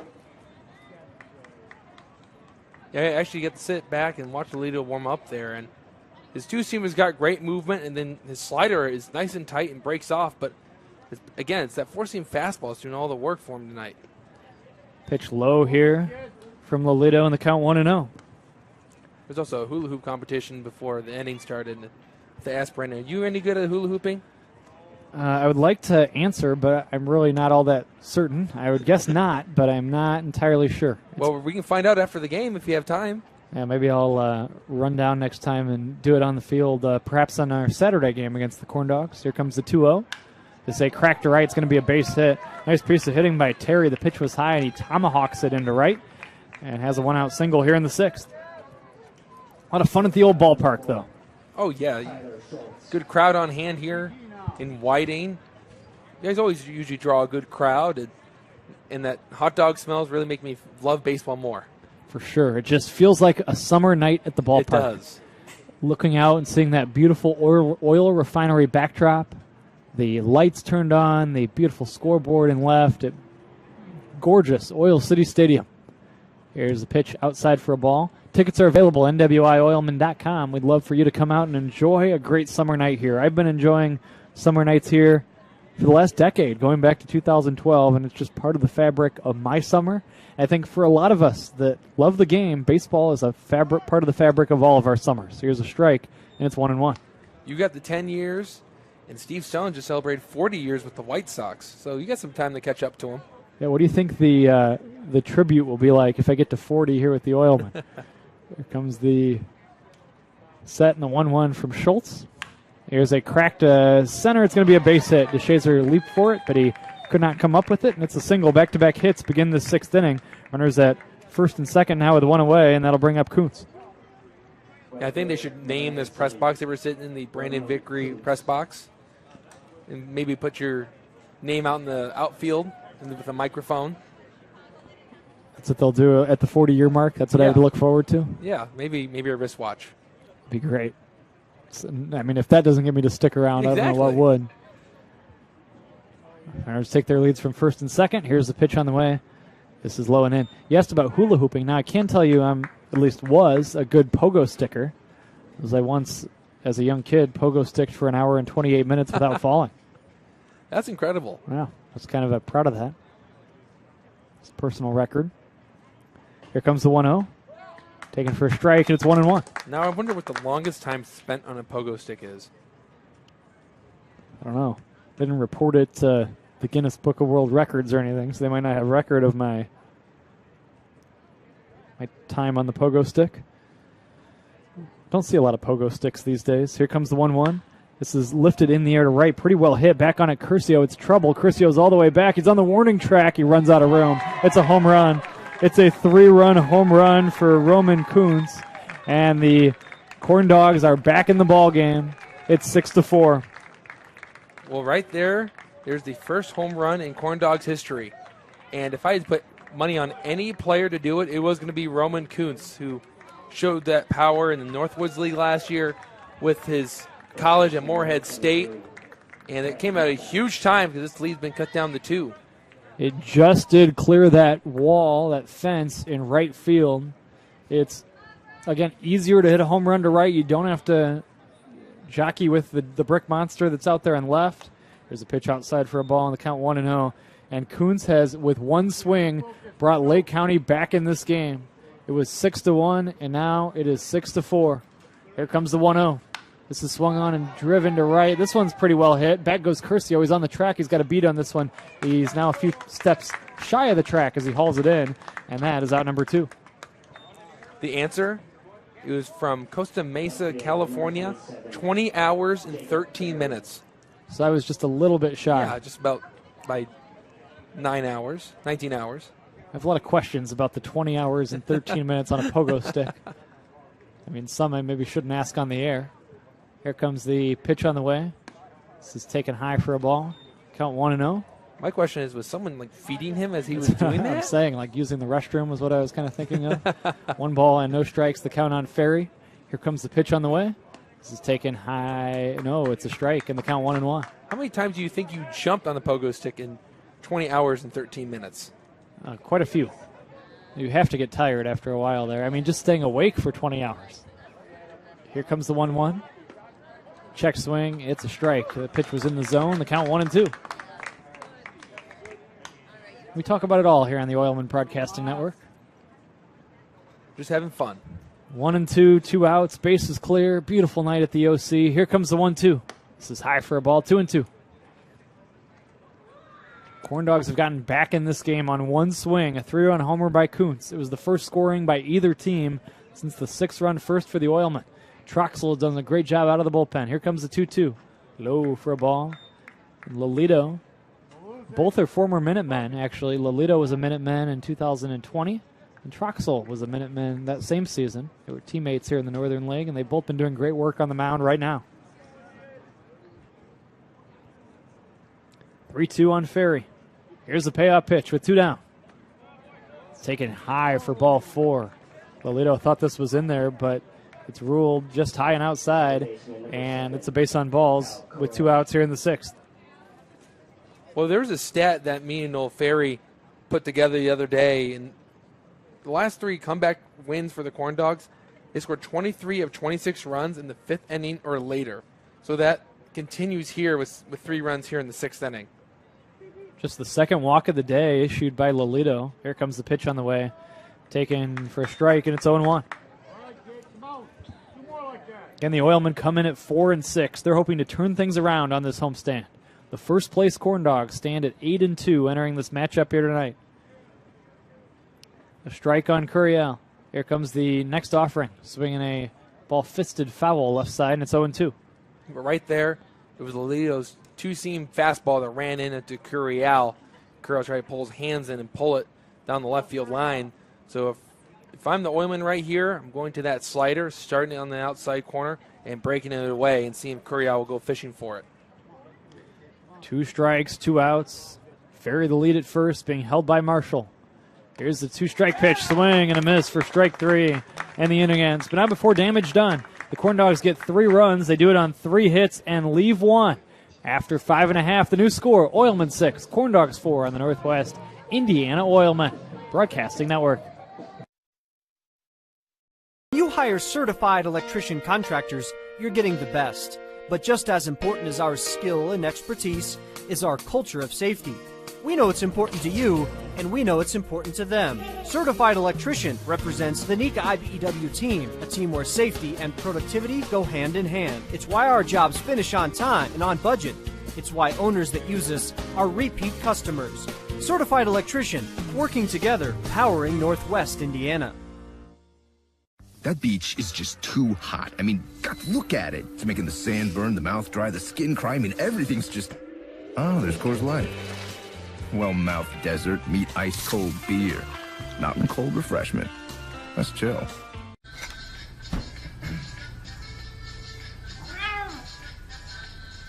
You didn't do anything wrong. You just didn't know Miller Lite has more taste and only 1 more calorie than Michelob Ultra. Now, you do. Back at beautiful Oil City Stadium, we go to the bottom of inning number 6, and you have a chance to come on out to Oil City Stadium tomorrow night. It is rock and roll night here at Oil City Stadium, rocking with the Oilmen. Listen to the best rock and roll music of all time. There will be a guitar keychain giveaway and bottle opener night. I think it's one thing. The keychain and bottle opener is all one together, and it's for the first 200 fans. Tickets are available now at NWIOilmen.com. And then, coming up on Saturday, it is Oilman Stan's birthday bash. Come celebrate Stan's 11th birthday with the Oilmen. And it is kazoo night. They're giving away 200 kazoos to the first 200 fans through the gates to play Happy Birthday to Stan on a kazoo. Tickets are available on NWIOilmen.com. That'll be the Corndogs in town. You have a chance to maybe grab a kazoo, Andrew, on Saturday. I'm in. I'm ready to go. I need a kazoo in my life. And it'll be Stan's birthday. So how about tomorrow, rock and roll night as Do well? I have to bring a present for Stan then on Saturday? Yeah. Is that required I think to get it would in? be, yeah. Okay. You could also just bring it to me as well. What does he like? Or I guess, what do you like? This is DeShazer leading off the inning. First pitch here is taken for a strike, and the count 0-1. New pitcher here on the mound, is that right? Yeah, that's Mark Torr. Mark Torr now pitching. This is low for a ball. 1 ball, 1 strike. So into Stan's birthday here. Almost didn't notice the new pitcher Torr stands in. Great job by Troxel. This is low for a ball. 2 balls and a strike. Get you the final line on him a bit later on. 2-1 on DeShazer. You could, if you wanted to splurge on some Cubs tickets, maybe a Cubs hat. I'm a college student. You think I have that type of money? 2-1 the count on DeShazer. But my birthday is not tomorrow. It is later in the month. Or Saturday with Stan's. Here's the 2-1. Low and outside, 3-1. But how about rock and roll night tomorrow night? Can't wait to see what rock music is blasting through the speakers of Oil City Stadium. All I request is Queen to be played, the greatest band of all time. Just putting that out there. Ben is taking notes. He's our DJ. Here's the 3-1. This is going to be taken low, ball 4. So it's leadoff walk issued by the pitcher Torr, and DeShazer is on to start the 6th inning. The Oilmen had not had a base runner since the 2nd inning. Kacharsel looked really good, and right there for Mark Torr, you don't want to get back into how this game started for the Corndogs. That's free bases, especially after your team had just scored 3 runs in the top of the 6th inning here to cut this lead down to 2. And Corndogs with 1 swing in the bat are right back in this game, but you can't let the Oilmen capitalize on your mistakes. So Troxel goes 4 1/3 inning, 1 hit, and shutout ball. No walks allowed. He struck out 6. What a relief performance for him. This is high for a ball, and the snap throw to first is not in time. A back pick, but safe at first is DeShazer. Curcio showed bunt, as he did bunt against the Panthers the other night, and he took a ball. Well, the Oilmen just 1 hit on Tuesday, and now just 2 hits tonight. Even though they have the 6 runs, they are just struggling to get base hits here of late. Here comes the 1-0. Taken for a strike, and it's 1-1. If I've learned anything from the game yesterday, Southland also had went for a long stretch where they didn't get a hit, and they scored 3 runs and took the lead late against Lake County to snap the 8-game winning streak that they were on. Take a look at the scoreboard here. This is swung on and fouled. The Panthers have beaten the Generals by a 9-8 score tonight, and it was Southland over the American Giants 8-5. Tell you what, the Panthers under new manager Devontae Glenn, a team that finally made the playoffs a year ago. They'd struggled for years. They seem to be on the upswing, and they're right toward the top of the Northern League. Here comes the 1-2 to Curcio. Runner goes. Pitch is swung on and lifted in the air. DeShazer's going to have to book it back to first. Schultz will make the catch, and that'll be all as DeShazer does make it back to first safely. Curcio pops out, and there's 1 away for Cabeza. I like the idea there from head coach Adam Enright from the dugout. He's trying to produce something for the Oilmen, at least get the runners on the move and go for a hit and run right there with Darm Curcio, who's shown time and time again to have good contact ability. And he just got underneath that one, lifted it into the air, and luckily that the Shazer is not at second base yet, was able to book it back before a bad double play. 6-4 Oilmen, 1 out, 1 on, bottom of inning number 6. First pitch to Cabeza is a strike. It's the first meeting at Oil City ever between these two teams. The Corndogs winning all 3 games, and they came in succession on a Thursday, a Saturday, and a Sunday at Legacy Fields. No balls and a strike on Cabeza. DeShazer the lead at first. Here he goes. Here's the 0-1. It's low for a ball, and it's an easy stolen base. Great speed for DeShazer. He swipes second. Now a base hit could add to the Oilman lead. Well, Jaden Deal just wanted to make sure the ball didn't get past him because DeShazer did get a great jump, but if Deal lets the ball get past with a big back step that's here at Oil City, it's a good chance DeShazer would have kept rounding second and headed for third. 1 ball, 1 strike. Here comes the pitch on the way. This is swung on and lifted foul. And it's 1-2.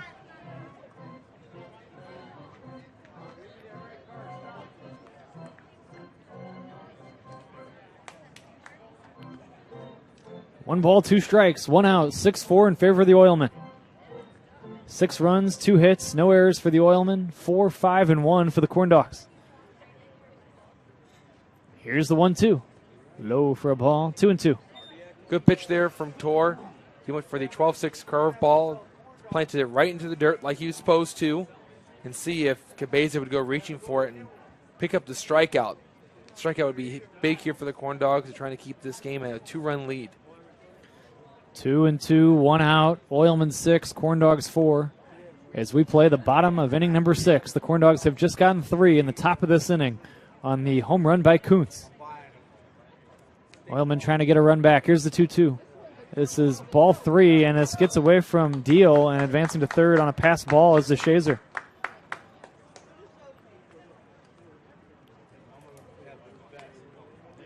Didn't have the best angle, but to me it looked like it was one that the catcher Deal would have liked to have squeezed. Yeah, it looked like he just popped right out of his glove and went to the backstop, and extra 90 feet for the Oilmen. 3-2, and now the infield in. The payoff pitch swung on and looped to right. It's going to get down for a base hit, scoring from third to Shazer, and now the ball juggled in center, and advancing to second base safely is Cabeza. It's a single and an error.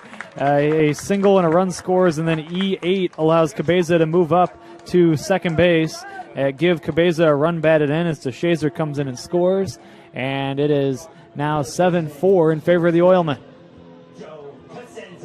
We go back to that play on Jaden Deal. He drops that baseball right there, and the infield is playing in, and it wouldn't have mattered anyway because that was a nice hit from Cabeza into right center, but I don't think the Oilmen would have been able to score if Tier have played that cleanly if the runner was still on second base, but still an error nonetheless. Here's a swing and a tapper to short. This is fielded by Schultz. The running throw to first is in time, and that is out number 2. Cabeza moves up 90 feet as he now stands at third base. It'll be Baker next with the Oilmen lead 7-4. Trying to tack on here in the 6th. Number 24, Chris Baker.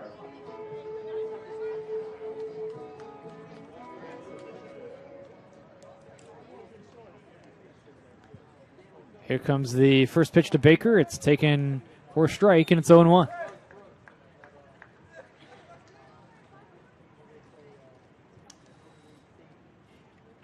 (7-4) Oilmen. Here comes the 0-1. This is outside for a ball, 1-1.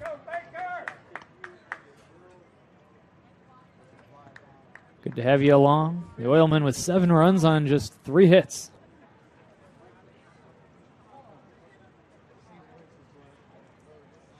Here's the 1-1. This is swung on and lifted in the air, left side foul. And this narrowly avoids hitting a young child. The count remains 1-2.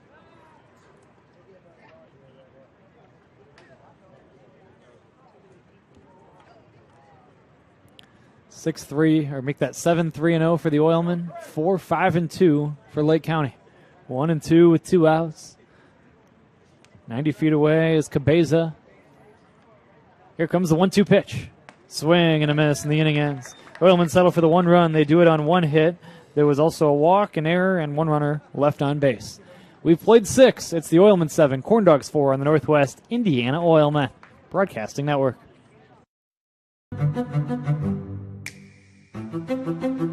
I've never seen ads on top of the roof where it's helping the community.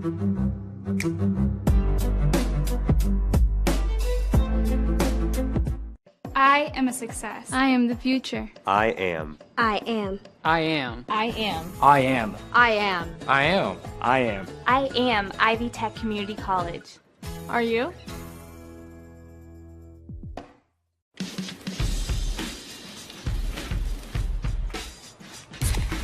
Light beer shouldn't taste like water.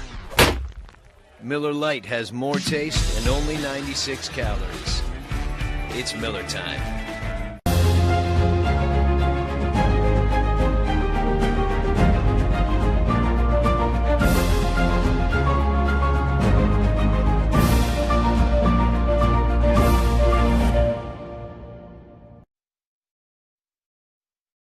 We don't go to the office, we build it. This is a truism with Ironworkers Local 395 and the Northwest Indiana Contractors Association. Our goal is to exceed our customers' expectations.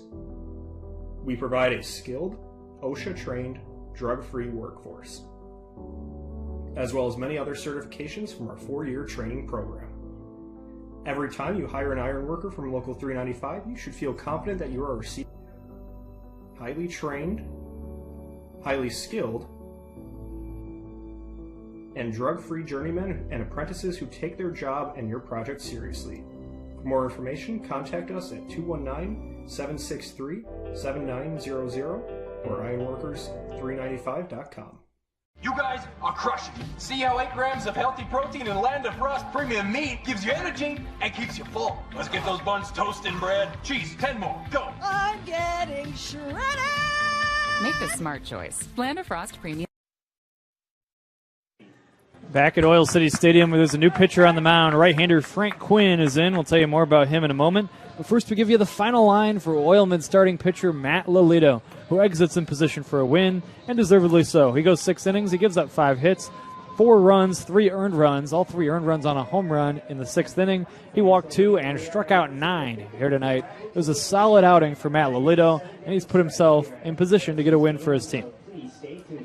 Yeah, he was phenomenal for him. And home crowd here tonight, they wanted to see a good pitch game from the Oilmen, and it's exactly what they got. They wanted to see them try and win this game. They're 9 outs away from doing so. Yeah, Frank Quinn is on to pitch here. Quinn will take over in this spot. He's a right-hander. He was initially going to start the game last night before it was rained out. 6'7", 210 from St. Ambrose, a 2019 graduate of Marist High School and a native of Chicago. He is working this summer on command with his curve and off-speed pitch. He's trying to see how many innings he can log over the course of the summer. He says his fastball has good run on it, and his changeup is likely his best pitch. It's 10 to 12 miles per hour slower than his fastball. The curve a work in progress, but if he can get it down, he thinks that pitch will be pretty hard to hit. So we'll get a look here at Frank Quinn, and it won't be the first look, Andrew, for the Corndogs against this righty. Yeah, he went against the Corndogs on May 28th, and he went 4 innings where he allowed 4 earned runs, 5 hits, 3 walks, and 4 strikeouts. And it's been a while since the last time he's pitched for the Oilmen. Oilmen, a lot of arms, a lot of guys that need innings. He had a game rained out. He was supposed to start the other night. But I think over the course of the season, the depth of the Oilmen pitching staff will be a strength. I like to ask Andrew guys about their favorite baseball moment or memory. And his was his first and only home run at age 8. So it's always funny when many times they're high school or college memories, but every once in a while, your favorite baseball memory might come when you're a youngster at the age of 8. Of course, as a pitcher, not likely to hit too many home runs. Here's a line drive to right. This is going to get down for a base hit. Played on a bounce by the Oilmen right fielder Curcio as Johnston smokes a leadoff single to right, and the Corndogs have a lead base runner here in the 7th. After giving up that run in the bottom of the 6th inning, the Corndogs playing from behind one more time. And it's a good thing that Johnstone had started off this inning with a single on the right. How tall is Quinn? Isn't he around 6'7", yeah, 6'5"? 6'7". I think I remember having a conversation about the tallest pitchers in baseball. Yeah. And he probably was our height when he was 8 years old, so maybe that's why he hit the home run. Right.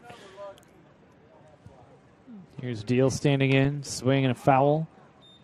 Who I think the who was the tallest pitcher? Randy Johnson was on the list because he was 6'10". John, let's see, a reliever, kind of a wild personality. He was later. You got the first name. Yeah, right. John. No balls and 1 strike. Kind of had gotten into some trouble off the field. There's the 0-1, low and in for a ball. Big John, what was his last name? It was John Rock. Yeah, John Rock. I was going to say like Rouch or something. Yeah, John Rock, that's who it was. 1 ball, 1 strike. Here's a ground ball to the left side. This is picked up by Cosenza. Go to second 1, and the relay throw to first is not in time. 5-4 on the fielder's choice. Safe on the fielder's choice deal. Out at second base, Johnston for the first out of the inning. And how tall was he? He was 6'11" and actually made his MLB debut with the Chicago White Sox. There you go. Scott Hansen's going to stand in next. 7-4 Oilmen as we play inning number 7. 1 out, runner on first. You think that's solid? Then you see players like Manute Bull in the NBA that was, I think, 7'5", 7'6". Here's the first pitch low for a ball. I feel like somebody tied John Rock more recently for the tallest. Yeah, it was Sean Hagel, right-hander for the San Francisco Giants. They would not have gotten that one. 1 ball and no strikes. Here comes the pitch to Hansen, swinging a crack to left. This is a base hit, a hard hit ball by Hansen. Round second is deal. He'll hold there. 2 hits in the inning. Now runners at first and second here for the Corndogs as they are into the Oilmen bullpen against Quinn after a quality outing for Lolito. The Corndogs have that opportunity. We talk about it's important to get into the bullpen. They've finally done it in the 7th inning, and now runners at first and second with 1 away. I really like the approach here. I think sometimes the Corndogs look so much into getting walks, they become more passive at strikes that are in the zone. It might be the best pitch they see in the at-bat, but they feel like they're way more aggressive here against Quinn. Here, infield back, trying to turn a double play, 1 away in the inning. This is low and outside for a ball. 1 ball, no strikes on Gavin Terry. Pleasant night at the ballpark.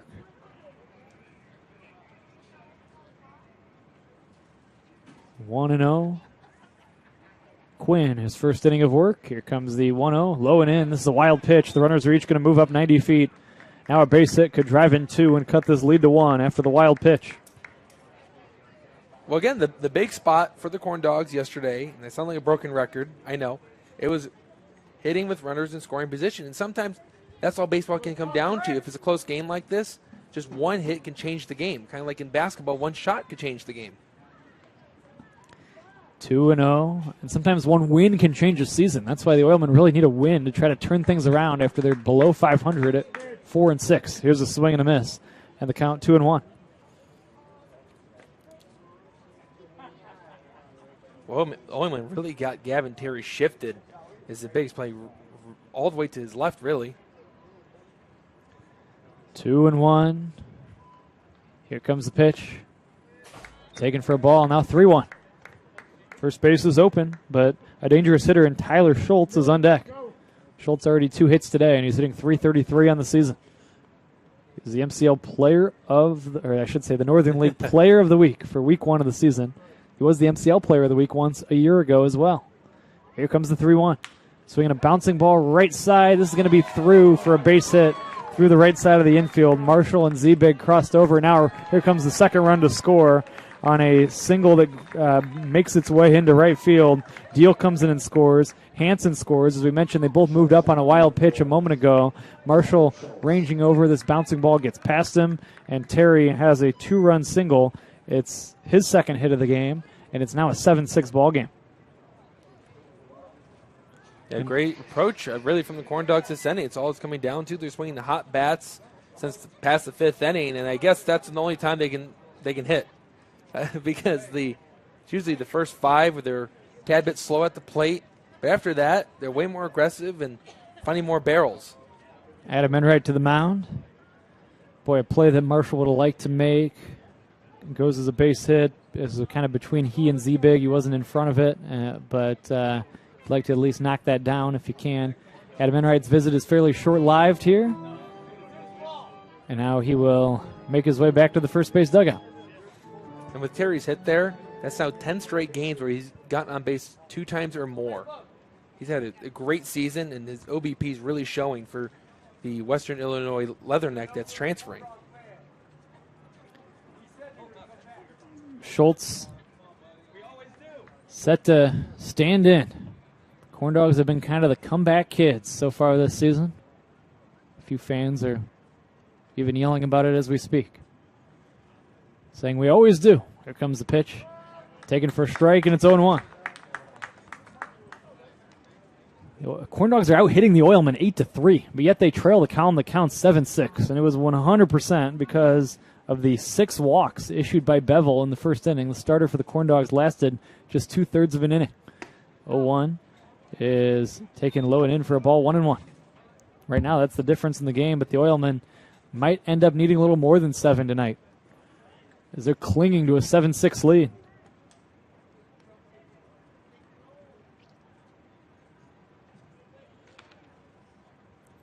Here's a pickoff throw to first, wild pickoff throw, and advancing to second safely is Terry after the error. Well, Terry offers some great speed, and that's why they check up on him. He has 10 stolen bases on the year, which leads the Northern League, and he's the only player in the league to have double digits so far. And right now, he's in scoring position, and one hit will tie this game. There's the first error of the game against the Oilmen on the wild pickoff throw.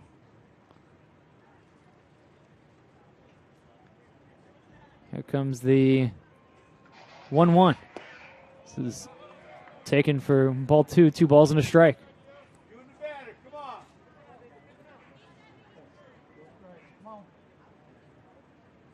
2-1. 7-6 Oilmen. We've got another thriller between the Oilmen and Corndogs. Here's the 2-1.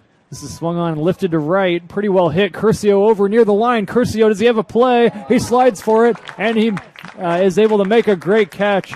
Tagging and going to third on the play is Terry. Excellent catch by Curcio. He slid and made the play near the foul line in deep right field, and that keeps the Oilmen in front for the time being, and Terry moves to third, but now there's 2 down in the inning. And that's a great play from Curcio. He went all the way down the right field line, and after making that phenomenal play, I think he saved a run, because if that was a fair ball, that would have been a double for Schultz. Now there's going to be a pitching change coming up. So Quinn's day is done. Adam Enright will make a move to the bullpen, and we will have a new pitcher on for a huge moment in the game when we come back. We are in the 7th inning. Oilmen 7, Corndogs 6, and the tying runs at third right after this on the Northwest Indiana Oilmen Broadcasting Network. In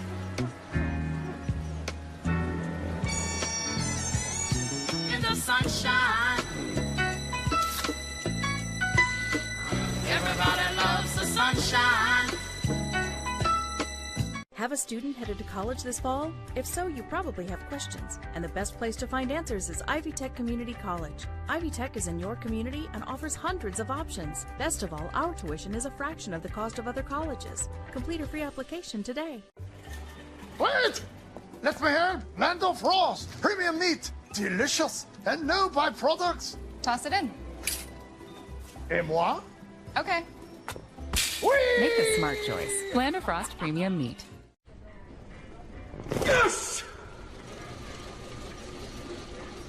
When it comes to Sunday, choose the right couch. Here's to the original light beer. It's Miller time.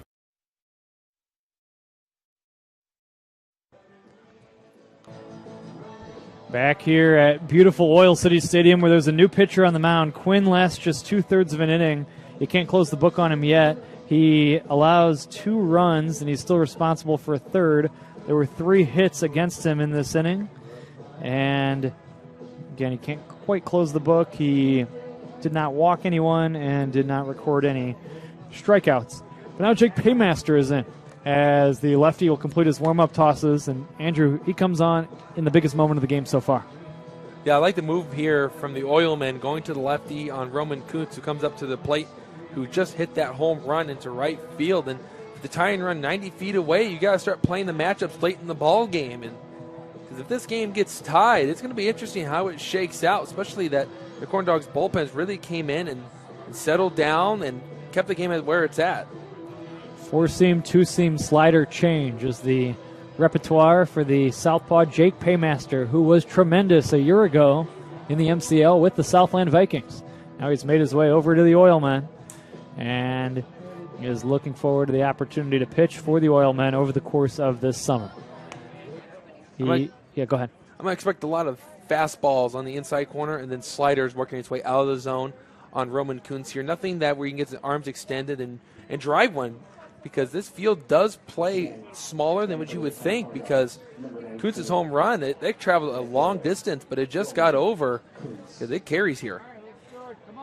2 outs, and Terry at third base. Lefty on lefty. Paymaster against Kuntz. As Andrew mentioned, Adam Enright playing the matchup. Swing and a miss. The count 0-1.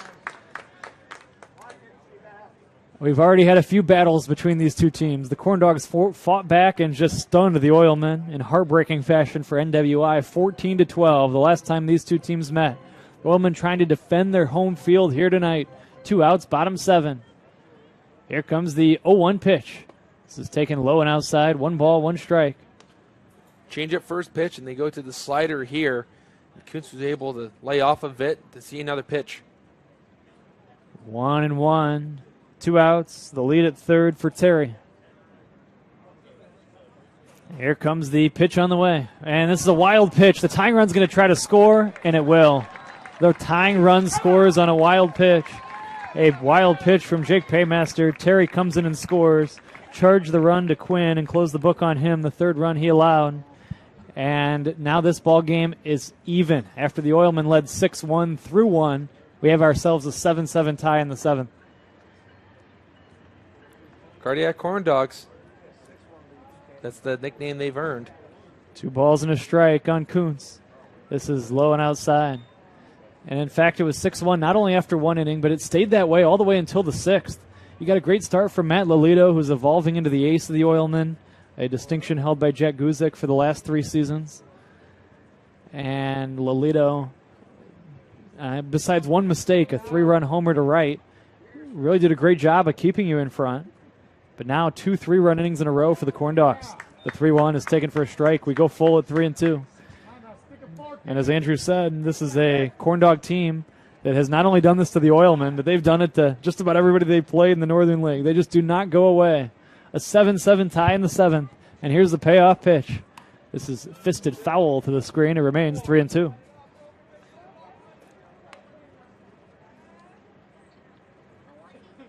A wild pitch a moment ago allowed Terry to come in and score the tying run. The Corndogs are out hitting the Oilmen 8-3. Here comes the payoff pitch. Swinging a crack right side base hit right field. Kuntz with a single to right. That run will be an earned run despite the error that happened earlier in the inning. It was really made no difference based on the way the rest of the inning unfolded. So it was just an error on a pickoff throw. Everything earned in this inning. And Kuntz, a 2-out single. The matchup is still continuing for the Oilmen here. Another lefty coming up, and Brett Mathies. Here's a strike call in the count 0-1. And then Jake Ferry, who's on deck, is also a lefty. So it was a perfect time to bring him in. Maybe that's why they left in Quinn as long as they did. Just trying to get 3 straight lefties, no matter if one reaches base. Here comes the 0-1. Low and outside, wild pitch, advancing to second safely is Kuntz. So a single, now a second wild pitch uncorked by Paymaster here. And it's 1-1. In a situation like that, it can sometimes come from the pitcher trying to throw too hard, where they tense up their hand and just trying to throw as much as they can, muscle up. And that's why sometimes Paymaster's fastballs are staying out like that. He's holding on too long, releasing it too late. And at that point, it's a tough play for Cabeza, who's lined up inside to a lefty. The only play he has is try to scoop it up. And Paymaster does throw extremely hard. And it's just a really tough play for anyone. Yeah, great insight there. Making it tough on Cabeza. 1-1 on Mathies. Here comes the 1-1 pitch. Low and outside for a ball. 2-1. Corndogs with a couple crooked numbers in each of the last 2 innings. 3 in the 6th and 3 in the 7th, and they have tied this game at 7. But now the job of Paymaster is keeping it tied. Lefty on lefty. Here's the 2-1 to Mathies. Swinging a ground ball to first. This is fielded by Marshall. He'll kick the cushion and the inning ends. But not before damage done, as the Corndogs score 3 times. They do it on 4 hits and leave 1. It's time to stretch at the OC. Oilmen 7, Corndogs 7 on the Northwest Indiana Oilmen Broadcasting Network.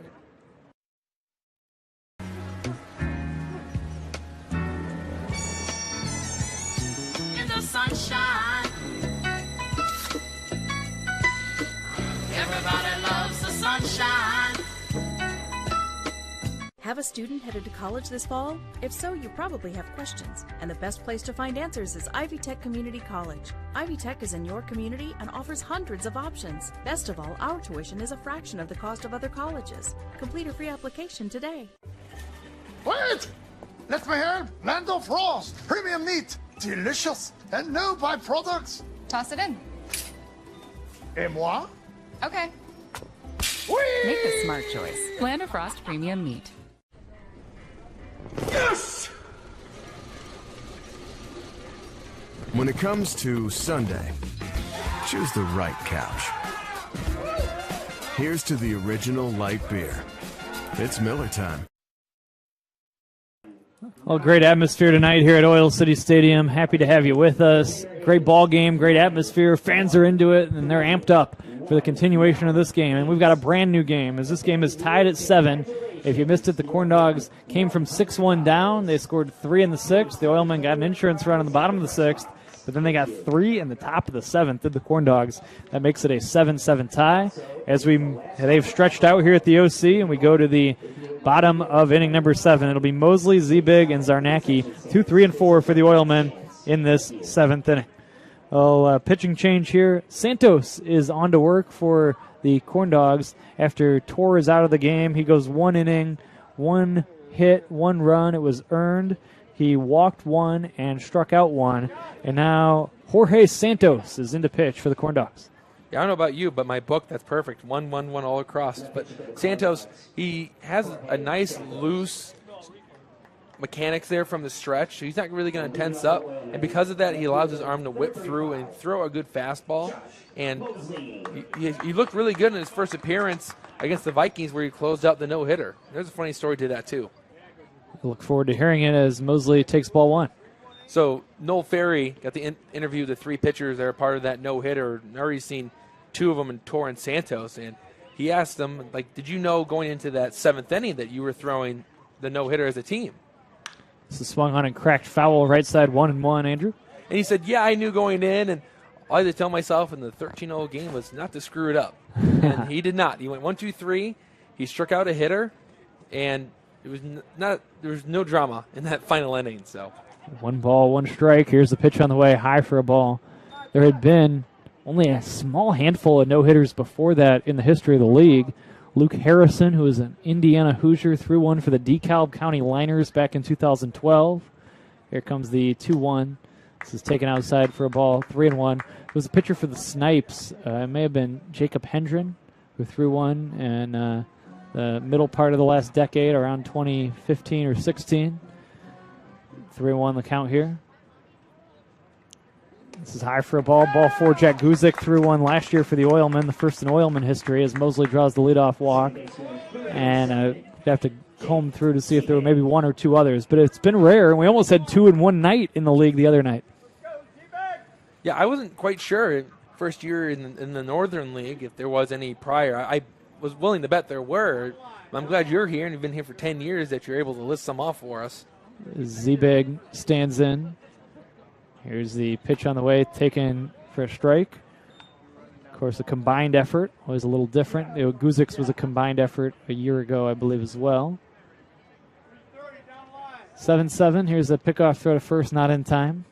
Early in the season, it's hard to have anybody go the distance, even in a 7-inning game here in the league.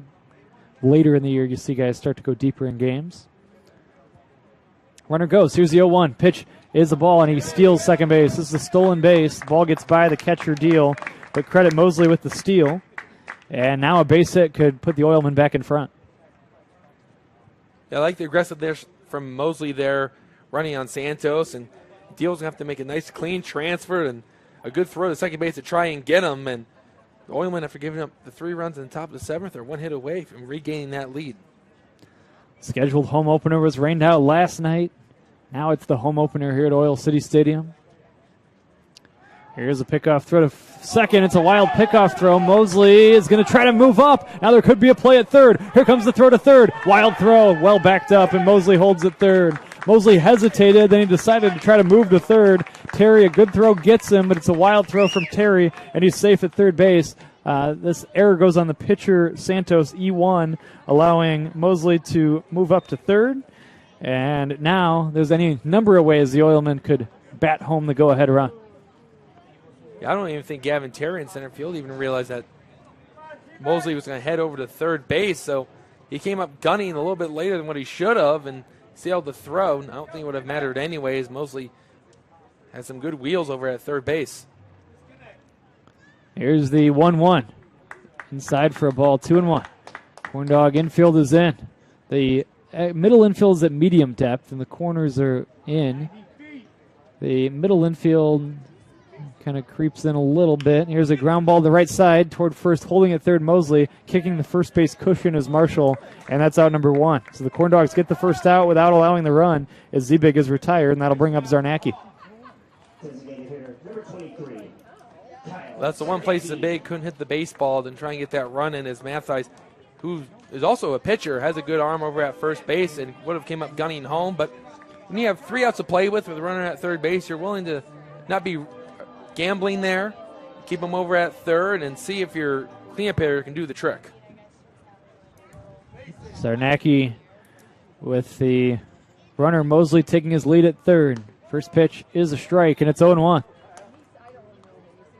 The infield all the way in now. Now there's no question. They were maybe going to concede the run on a ground ball up the middle with nobody out, but now they're clearly trying to hold the run or cut him down at third. Here comes the 0-1. This is a swing and a foul. The count 0-2. It was interesting that the middle infield was kind of at medium depth with the potential go-ahead run at third, but now they're all the way in on the grass. 2 strikes on Zarnacki. 7-7 in the 7th. Lucky number 7s are wild. Here's the 0-1. Great scoop by Deal, and it's 1-2 as he saves a run with that scoop. Yeah, it looked like a slider from Santos that went 45 feet. And luckily he took a Sunday hop for Jaden Deal to pick that one off the grass and get the ball back to the pitcher without allowing Mosley to come in from third and give him an 8-7 advantage. Here's a check swing. Did he go? They'll appeal to Mike Clay. No swing, says Mike Clay. And now it's 2-2 on Zarnacki. That's a good pitch. You just threw a slider in the dirt. Then you go to the fastball high, changing the eye levels. It almost got the swing, but good control from Zarnacki. These are these fun moments that we miss in the wintertime. Here's the 2-2 swing and a miss, strike 3. He went after a pitch that was low and outside, and he's out on strikes for the second out of this 7th inning. There were many ways to bat in the run with nobody out and a man at third, and now it'll need to be an Oilman hit or a Corndog mistake. Yeah, Corndogs and Oilmen. It wouldn't be a game between these two unless it was extremely close and there was a runner on third base with 2 outs. Justin Heisman jogs to the mound. Back-to-back outs without the runner scoring. A 3 unassisted ground out to Marshall, who was playing in at first. That came off the bat of Zebig, and Zarnacki strikes out swinging. You have the 3 and 4 spots in your lineup due, and you simply need a base hit. As that ground ball to Matthijs, I should say. You simply need not even a base hit. You need something out of your middle of the order right there to drive in the run, but the Oilmen couldn't get it. Yeah, all you had to do was find a barrel, especially with the infield playing in the way they were. If you just hit the ball hard, there's a good chance it would have gotten through, because it's a tough play for any infielder playing in on the dirt, on the grass like that. But instead, Jorge Santos throws a good inside fastball, gets a jam shot, and then a wicked slider that breaks off the table and gets the strikeout. And he's 1 out away from getting out of this jam. David Marshall is 0 for 2. He grounded into a double play. He did draw a walk and score a run in that first inning. He takes strike 1 call. Marshall trying to come through with a 2-out hit. Oilman unable to move Mosley from third. He got there thanks to his speed. He has great speed. He stole a base. He got to third on a wild throw. Here's the 0-1. This is high for a ball. 1 strike. And Mosley's speed helped produce a run in a game against the Panthers. That tied that game by the same score of 7-7, by the way, and eventually got that game to extra innings on Sunday night. A big run Mosley scored thanks to his speed. He stole 2 bases on the trip around the bases. Stole second, stole third, and then it was stolen base E2 as the throw to third sailed into the left. He came in and scored. So all on his own produced a run that tied the game at 7 in the 7th, and the Oilmen won 11-7 in 11 innings. Here's the 1-1. This is high for a ball, 2-1. There's not too many players in this league that can do that.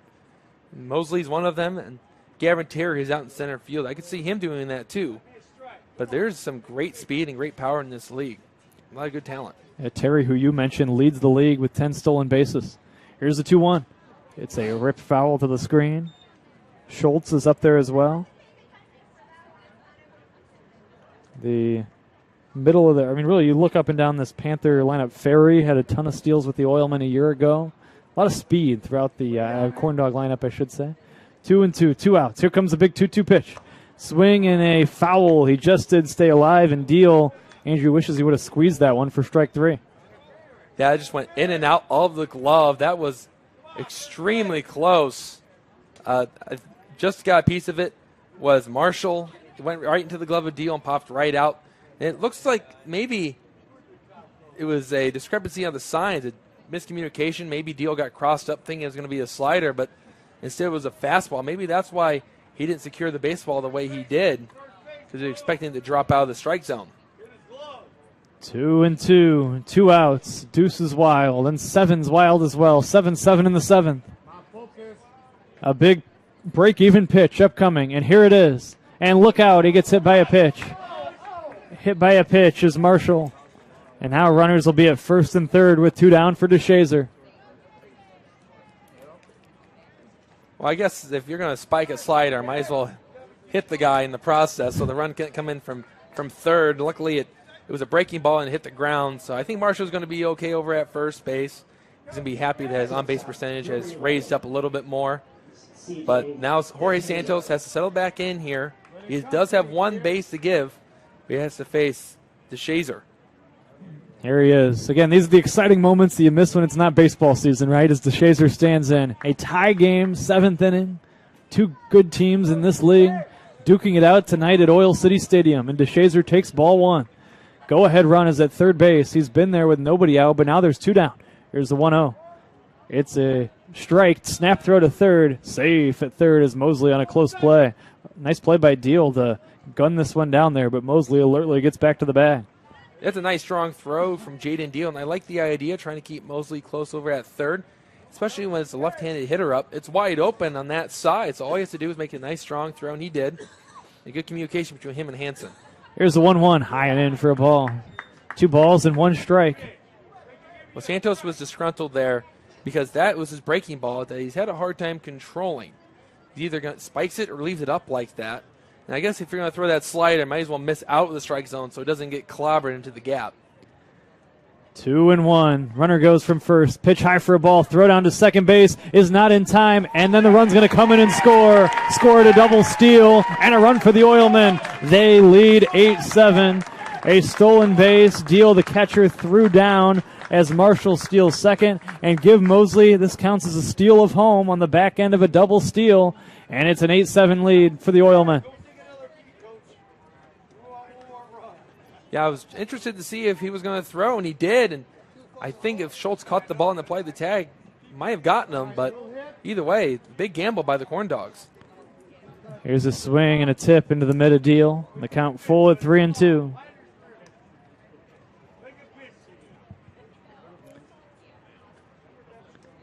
A steal of home on the back end of a double steal has given the Oilmen the lead. Here's the payoff pitch. Taken for strike 3 call.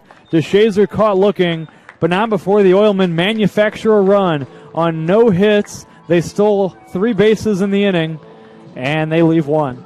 We've played 7. It's now Oilmen 8, Corndogs 7 on the Northwest Indiana Oilmen Broadcasting Network. When you hire certified electrician contractors, you're getting the best. But just as important as our skill and expertise is our culture of safety. We know it's important to you, and we know it's important to them. Certified Electrician represents the Nika IBEW team, a team where safety and productivity go hand in hand. It's why our jobs finish on time and on budget. It's why owners that use us are repeat customers. Certified Electrician, working together, powering Northwest Indiana. That beach is just too hot. I mean, God, look at it. It's making the sand burn, the mouth dry, the skin cry. I mean, everything's just... Oh, there's Coors Light. Well-mouthed desert, meet ice-cold beer. Mountain cold refreshment. Let's chill.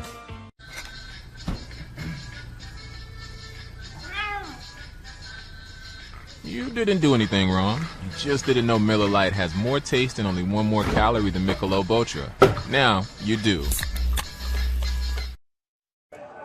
Back here at Oil City Stadium, the Oilmen found a way to manufacture, Andrew, the go-ahead run. We talked about what the speed could do, and let's talk more about the Corndogs choosing to throw down there to second base, and if that runner's safe, it's going to be tough to get the speedy Mosley on the return throw. Yeah, once Dio came up gunning in the second, Mosley was already heading home, knowing that if it was a cut play, it was going to be a close play at home because he's got good speed. And I don't know if I totally agree with that play call, but I guess it's early in the year, and you're working on certain things like that and throwing out runners at different bases. So I like the aggressiveness from the Corndogs. I just don't know if it's a good time to call that play late in the game. I think I would have played it safe there and showed trust in my pitcher to get the out. We take it to the 8th inning now, and the Corndogs find themselves with some more work to do. Paymaster will have a clean inning. He came in mid-inning in the 7th. The Corndogs have scored 3 in each of the last 2 innings, and their offense with still some work to do here, Andrew. They come up with Jake Ferry, and Ferry, he's had a couple of multi-hit games and raised that batting average to 333. He worked a walk in his last at-bat. Love to get him on base to start this inning. First pitch is taken for ball 1. 1 ball and no strikes. Then you got that bottom of the order in Cal Curiel, Johnstone, and Deal that contributed to that big inning just an inning ago. Here comes the 1-0. This is taken for a strike, and the count 1-1. You mentioned Ferry's ability to steal bases, and you kind of look at his body type. You would never think he's the type of guy that can move along the base paths. Looks like more of just a strict power guy. Sure, but he has kind of a multi-tool type of guy. 1-1, a swinging bunt along third, tough play and no play. It's a base hit. It's a single for Ferry to lead off the 8th inning. Just a little swinging bunt. Cosenza charges in, tries to barehand it. He can't do so cleanly, and it goes as a single. We just talked about Ferry's speed on the bases, and it served his purpose right there as he hit a cue shot over to third. I don't think Cosenza was thinking he was going to have to make a play in the shallow infield on Ferry, but that's a good start for the Corndogs. Let's see if they can get that run across and tie it up. But Paymaster, he's got to settle back in here and see if he can get a double play. Now Curiel takes a strike on the outer half, 0-1. Oilmen lead 8-7. They have tacked on runs in the 6th inning to extend the lead, and then the 7th to regain the lead. 0-1 on Curiel here at beautiful Oil City Stadium. Oilmen and Generals tomorrow night. Here comes the 0-1. This is outside for a ball. Again, rock and roll night tomorrow. Tickets available, NWIOilman.com. We'll be ready to rock and roll at 7 o'clock as Leo and I will have the pregame for you, and then Leo and I will call it for you beginning at 7:10 between the Oilmen and Generals here on the Oilmen Broadcasting Network. And the Corndogs will be back in town on Saturday. Here's the 1-1. It's taken for a strike called 1-2.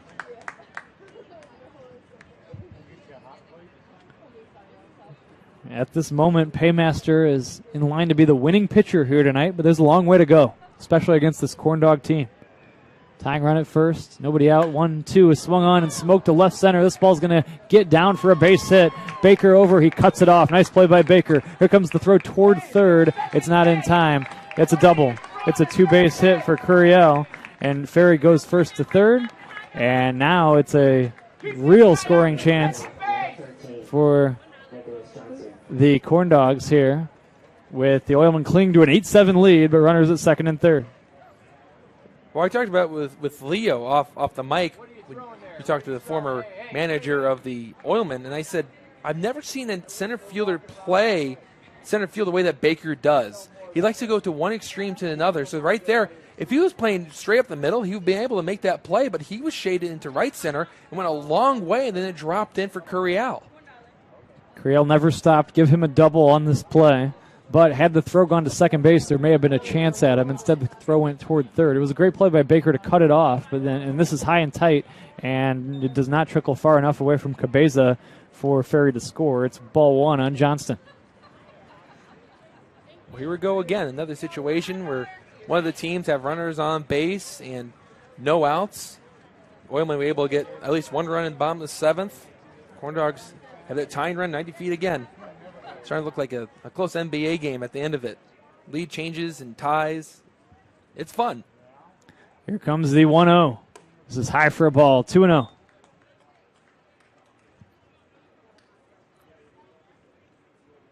Two balls and no strikes. 8-7 Oilmen.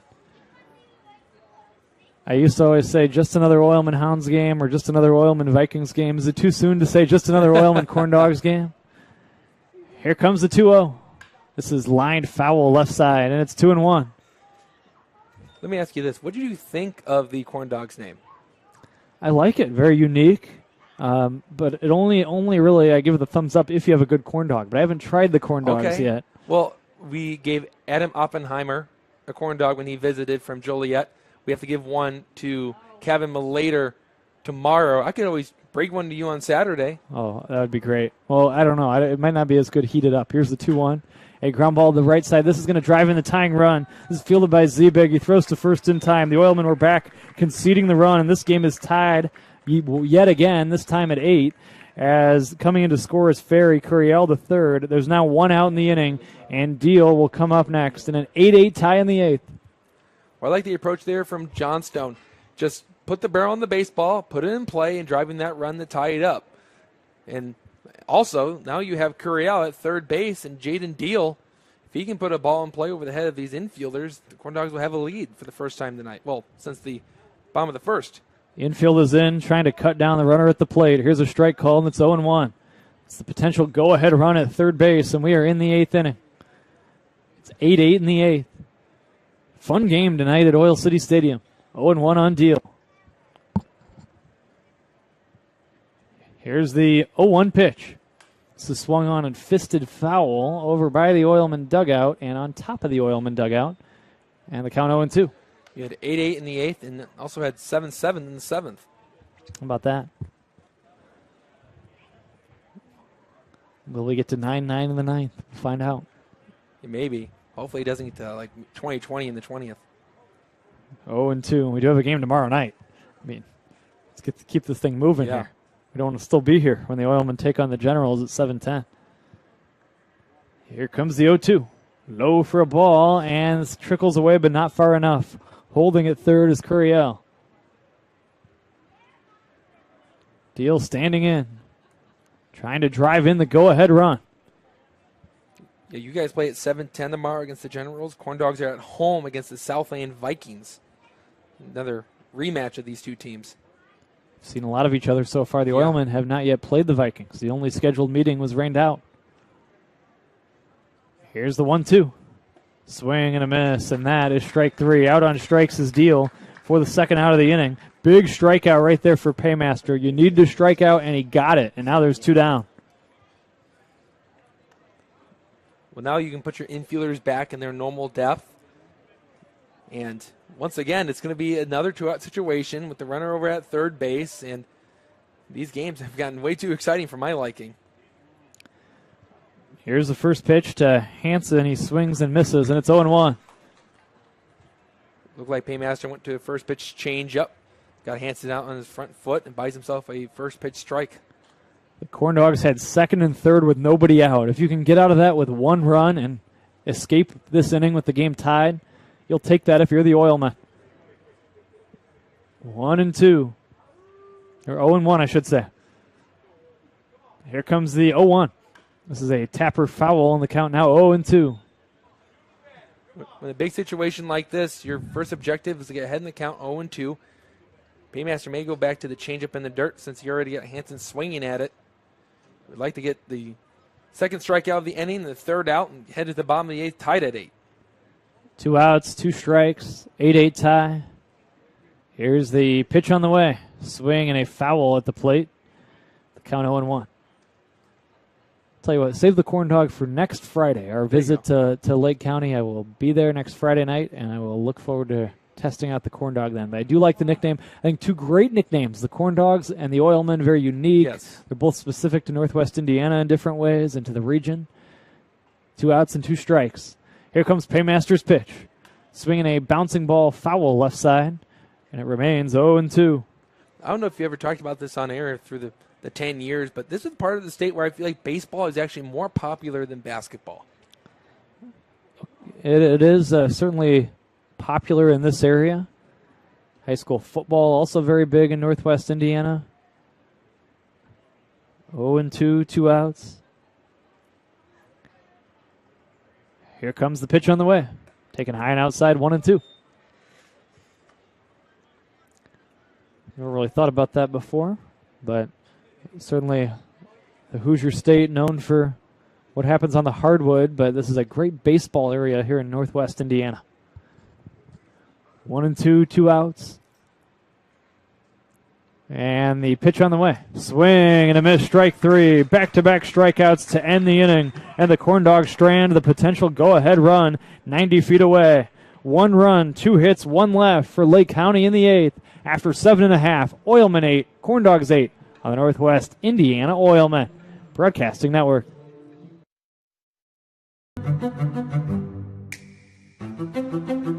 I've never seen ads on top of the roof where it's helping the community.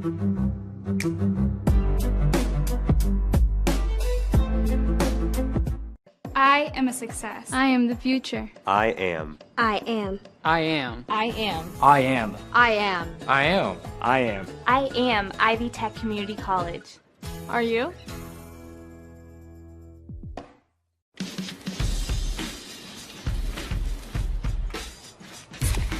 Light beer shouldn't taste like water.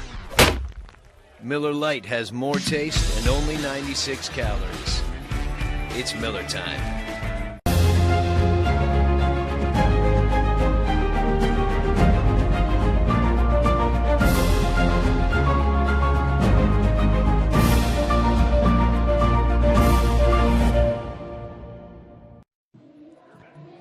Back we are at beautiful Oil City Stadium. Santos sees his day come to an end after 1 inning. He did not allow a hit. He allowed 1 run. It was earned. He walked 1 and struck out 2. So 1 run, it was unearned actually.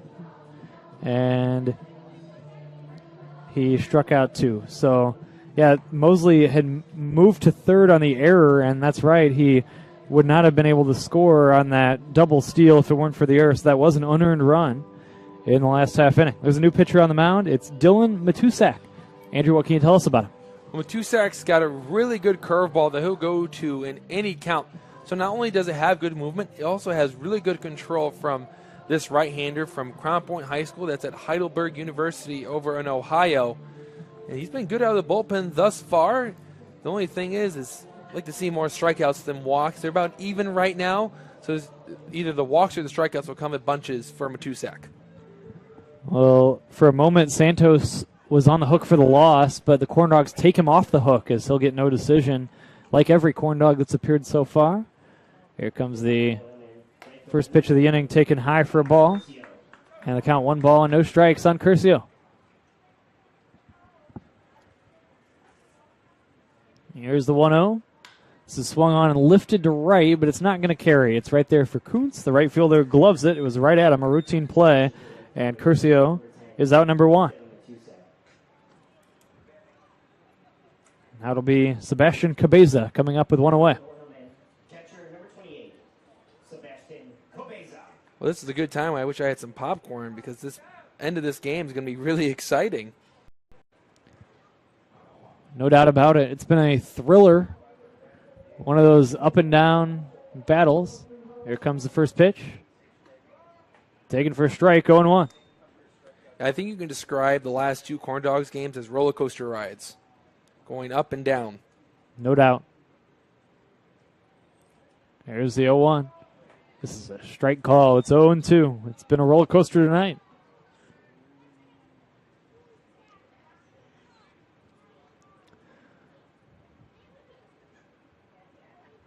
Here comes the 0-2. This is swung on and cracked to shallow center. It's going to get down for a base hit after it was Terry, but he couldn't get there. And it's a 1-out single off the bat of Cabeza. And that'll bring up Cosenza. Yeah, I don't know if I like that pitch call right there for the Corndogs. Matusak had already shown the curveball twice, and then they went into that bag a third time. Cabeza just stayed back, went up the middle with it, caught the end of the bat. And luckily for him, because it was a shallow hit in the center field, and you have a runner on first base with 1 out. That's a go-ahead run. Swing and a miss here by Cosenza in the count 0-1. That's the pitch I would have wished Matusak would have went to in that count. It was that good fastball. 8-8 in the 8th, and the go-ahead run is on. The 0-1. Taken for strike 2 call. Now he's ahead here, Andrew 0-2. Then you go to that curveball again, but this time spike it and show a lot of confidence in Deal to drop down, keep it in front of him, doing the best impression of a hockey goalie. Time called as Cosenza backs away. Cosenza had a single to drive in 2 in the first. Hitting 167 coming into play tonight. This is low for a ball. You called it, and the count 1-2. Deal did block it to keep the runner at first. I really like the pitch right there, and he threw it in a really good spot because Cosenza thought about it, but now I'm going to go back to the fastball, maybe go on the outside corner, see if he'll catch it off the end of the bat and induce a double play. But Cosenza's had some good at-bats here in the bottom of the order, and he would love to set the table for the top of this order. Here's the 1-2. A check swing. Did he go? And no appeal. 2 balls and 2 strikes. He did hold up. Here comes the 2-2. Taken for strike 3 call. Cosenza is down on strikes, and there's 2 gone in the 8th. Yeah, I really like that over-the-top curveball from Dylan Matusak. It really snaps in just as it enters the strike zone. And not only is it dropping straight down, it's also going to the left a little bit, away from right-handed hitters, and just froze up Cosenza there, and he's got 2 outs. Now the inning will rest on the shoulders of Chris Baker, who takes a strike, and it's 0-1. When you have 2 plus pitches like that, you show a lot of confidence in. You have those hitters guessing at the plate, and right there, Matusak threw a fastball, and Baker didn't expect it. Here's a strike call. He's ahead of 0-2. Then this was a good time to throw that curveball, and if he doesn't offer at it, go back to the elevated fastball. But Baker's a veteran hitter. He's a tough out. Now backing away here is Matusak. He'll toe the rubber once more. 2 outs and 2 strikes. Baker, the left-handed batter, veteran in the Oilmen lineup. He's been with the Oilmen going as far back as 2016, was here in 2018 as well, was a part of 2 different championship teams. Here's a 2-strike pitch, high for a ball, 1-2.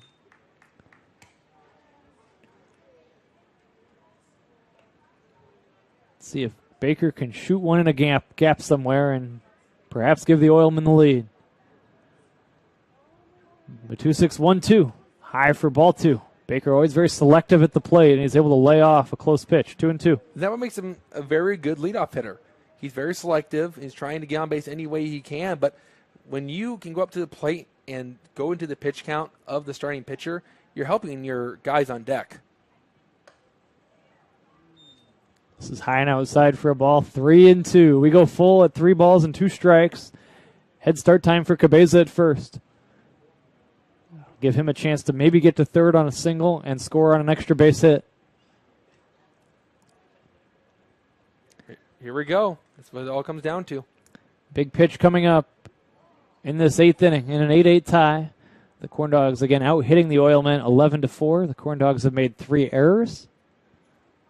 Here's the 3-2. Taken for strike 3 call. Baker has gone on strikes. No runs, 1 hit, 1 left for the Oilmen in that inning. On to the 9th. It's still 8-8 on the Northwest Indiana Oilmen Broadcasting Network. We don't go to the office. We build it. This is a truism with Ironworkers Local 395 and the Northwest Indiana Contractors Association.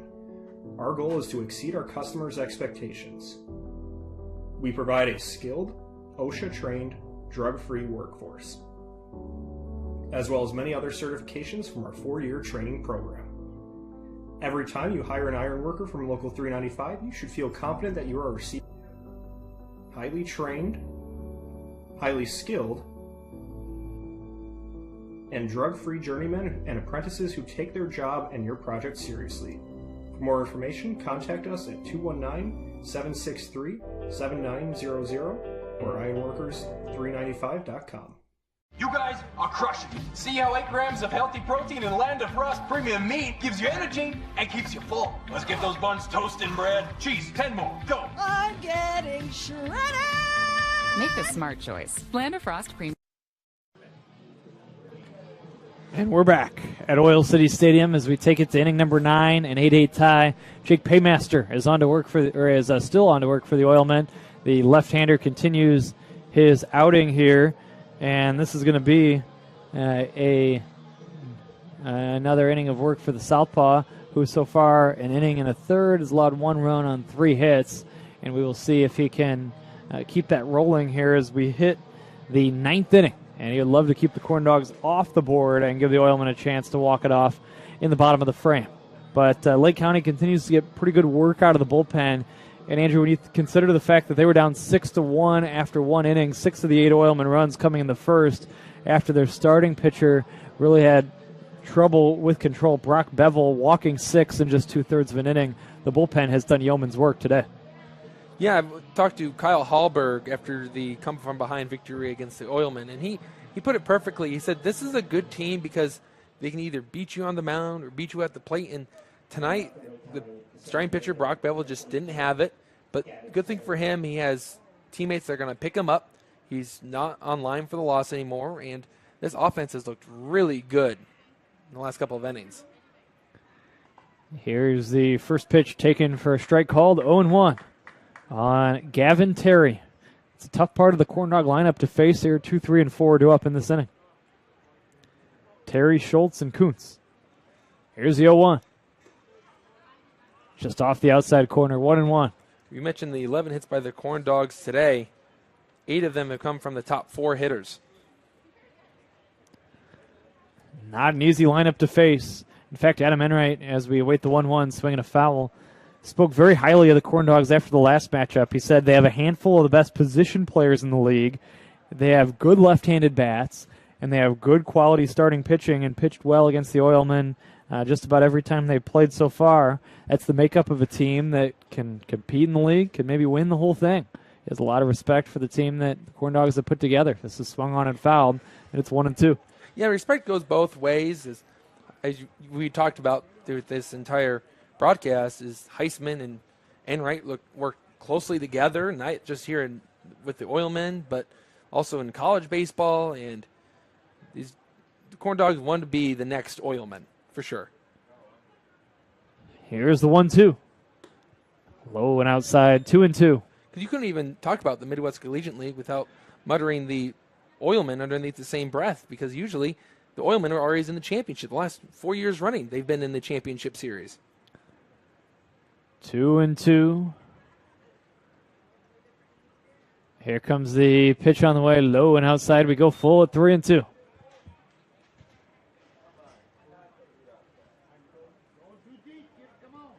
Full count on Terry. And a payoff coming up from Paymaster. Lefty on lefty. It's taken for ball 4. It's just outside.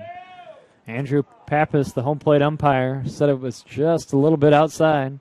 And he's being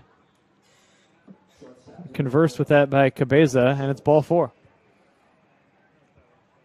Yeah, that was close. And that was a stone cold take by Terry.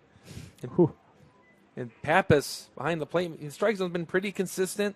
That's as close as it's going to get. Just didn't get the call.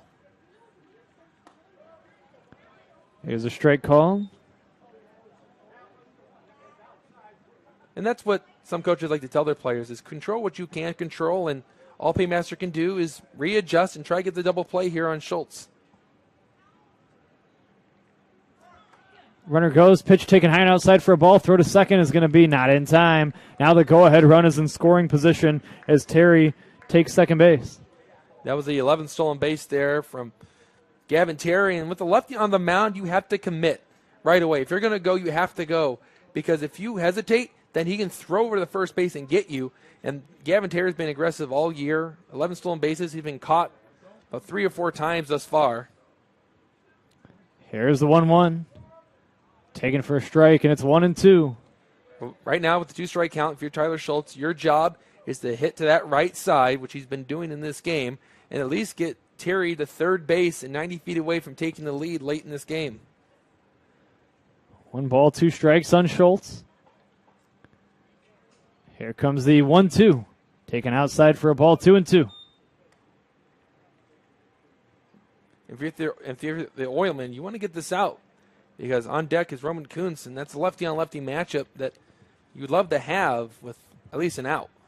2 balls, 2 strikes, 8-8 tie. We are in the 9th inning. Nobody out. Here's the 2-2 pitch. Swing and a miss, strike 3. A big strikeout for Paymaster as Schultz has gone on strikes. And now, as you talked about, as Kuntz comes up there is 1 away in the inning. Yeah, that was a great 2-seam fastball right there from Paymaster. It started on the corner and worked out. Schultz reached for it. He's not happy with himself. He's usually a pretty disciplined hitter. Just a big situation. He may have tried to be too aggressive there. 1 out, and Terry at second. A walk and a stolen base have put a Corndog in scoring position. Here's a line drive to right. This ball's going to be caught on a line by Curcio. Curcio was right there to glove the hot smash off the bat of Roman Kuntz. And Terry stays at second now with 2 down. Hit right into the teeth of the defense. I don't know if you hit a baseball any harder than what Roman Kuntz just did. He liked the first pitch he saw. He clubbed it. But that's sometimes with baseball, it taketh and giveth away.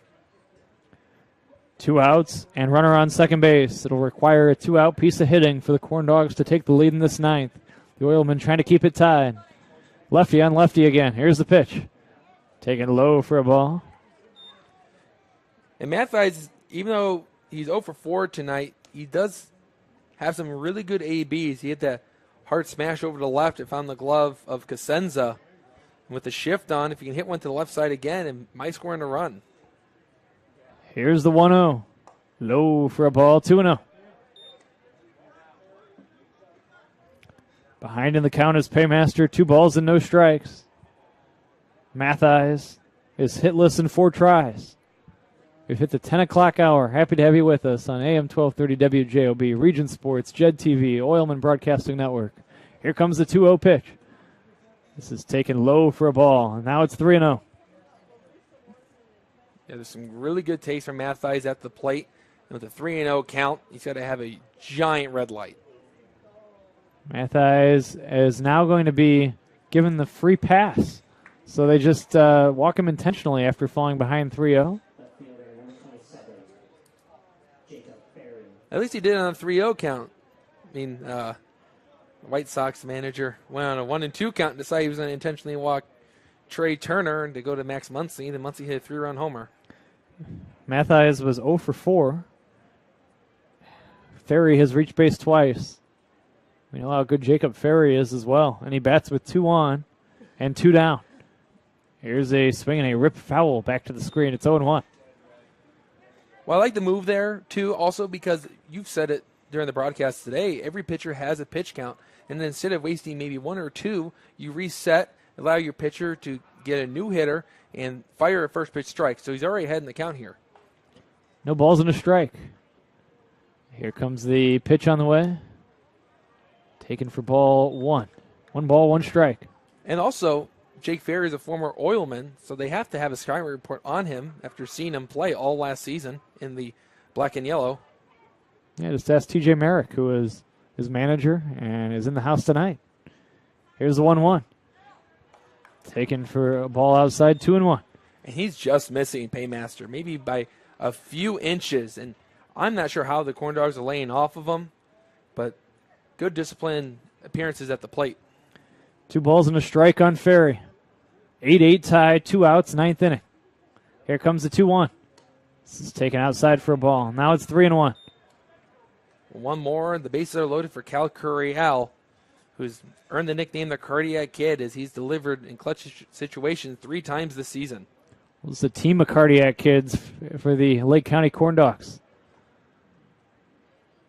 3-1.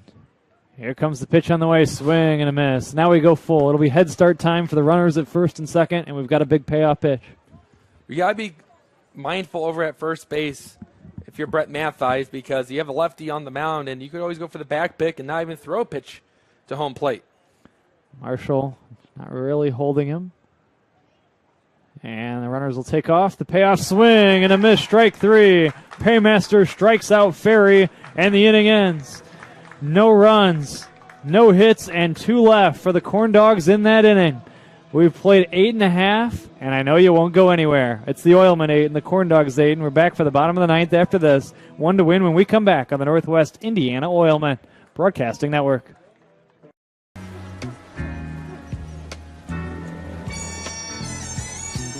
Sunshine. Everybody loves the sunshine. Have a student headed to college this fall? If so, you probably have questions, and the best place to find answers is Ivy Tech Community College. Ivy Tech is in your community and offers hundreds of options. Best of all, our tuition is a fraction of the cost of other colleges. Complete a free application today. Wait!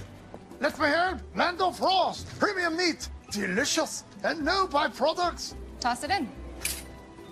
Et moi? Okay. Whee! Make a smart choice. Land of Frost Premium Meat. Yes! When it comes to Sunday, choose the right couch. Here's to the original light beer. It's Miller time. Back at beautiful Oil City Stadium as we take it to the bottom of inning number 9. The Oilmen will have the 2, 3, and 4 hitters due up, Mosley, Zebig, and Zarnacki. And we'll see if they can go to work against Matusak, who's back out for another inning of work here for Lake County. We looked good in the bottom of the 8th inning, but he has to face the very dangerous 3-4 hitters of the Oilmen. And it was Josh Mosley in that 7th inning that give the Oilmen the lead momentarily before the Corndogs tied it in the top of the 8th inning. But you don't want to get him on base and represent that go-ahead, that winning run, because he's got great speed. And no question, as Mosley will make his way to home plate, and I think you're right, the leadoff batter is crucial in this inning. He's the type of guy that can turn, if you give him 1 base, he can turn into 3 bases in the blink of an eye. You got to be careful. You got to get ahead in the count and make him earn his way on base, because he reached on a walk in that last at bat, and after that he turned it into the double and a triple. Yeah, he's 0 for 3 with that walk, and he takes high and in for ball 1. 8-8, bottom 9. Oilmen need 1 to win here in the bottom of this 9th inning. Trying to walk off the Corndogs on the home opener at Oil City Stadium. The 1-0, low and outside for a ball, 2-0. Oilmen had an 11-inning game against the Panthers on Sunday night. They're trying to keep this thing from getting to extras here tonight at Oil City Stadium. Here's the 2-0 pitch. This is swung on and sent to right. Some weird backspin on that ball, as out at first is Mosley. 4-3 the putout goes, and there's 1 away here in the 9th. Yeah, you hit the nail right on the head. That was some really weird spin out to Cal Curial, who really had to get wide there and keep that baseball in front of him. It wasn't hit hard, but it was going in every which direction, and luckily Curial kept it in front and made the play, and that's a big first out. As you mentioned, leadoff hitter is key in a 1-run ball game. Zebig with 1 out and the bases clear. Here comes the pitch on the way. Taken for a strike called, 0-1. 8-8 in the 9th at Oil City. Here comes the 0-1. Swinging a crack to right. This is going to be fair and roll into the corner. Zebig will have extra bases. Here's around second. Picking it up, Kuntz and right. Zebig will pull up at second with a stand-up double. It's a 1-out double for Zebig, and the tying run, I should say the go-ahead run, winning run, is in scoring position. You can only hope to contain a hitter like Jack Zebig for so long, as he went into that bat 0 for 3, but finally got a pitch that he liked from a 2-sack, laced it down the line, and he's 180 feet away from winning this game on opening night for the Oilmen. Zarnacki stands in. A base hit could send this crowd home happy. 8-8, bottom of the 9th. Zarnacki will stand in. He cracks this one to the left side. This is picked up by the third baseman. They go to second, and they get the runner on the rundown between third and second, and now he's tagged out, and ending up at second base is Zarnecki. It's a fielder's choice, no hit. Zarnecki ends up at second base as they went 5-4, and then eventually was it 1 to tag him out, and that's the second out of the inning on the fielder's choice. But ending up at second base with alert base running is Zarnecki. And now Marshall will have a chance to still win the game with a base hit. Well, now a base hit confirmed Wood scoring the winning run because a crack of the bat and Zarnecki's heading for home. But that's a great awareness there from Scott Hansen over at third. And great awareness there also from Curiel to cover second base so they can put Zabig in the rundown. But once again, it's also, I hate to say it one more time, but great awareness from Zarnecki to get in the scoring position. First pitch to Marshall is ball 1. Just missed. 1-0. Game about to hit the 3-hour mark at Oil City Stadium. 8-8 in the bottom of the ninth with 2 outs in the inning. Now Marshall backs away, collects his thoughts for a moment. And now he stands back in. Here's the pitch. Swing and a ball rammed foul high in the air, left side and out of play, and it's 1-1. Zarnecki hit a ground ball to the left side a moment ago. Zebig was caught in a rundown between second and third. He stayed in it long enough to allow Zarnecki to get to second. Zarnecki reaches safely on the fielder's choice after the double by Zebig earlier in the inning. But now 2 outs in the inning. Here's the 1-1. Taken for ball 2, 2 balls and a strike.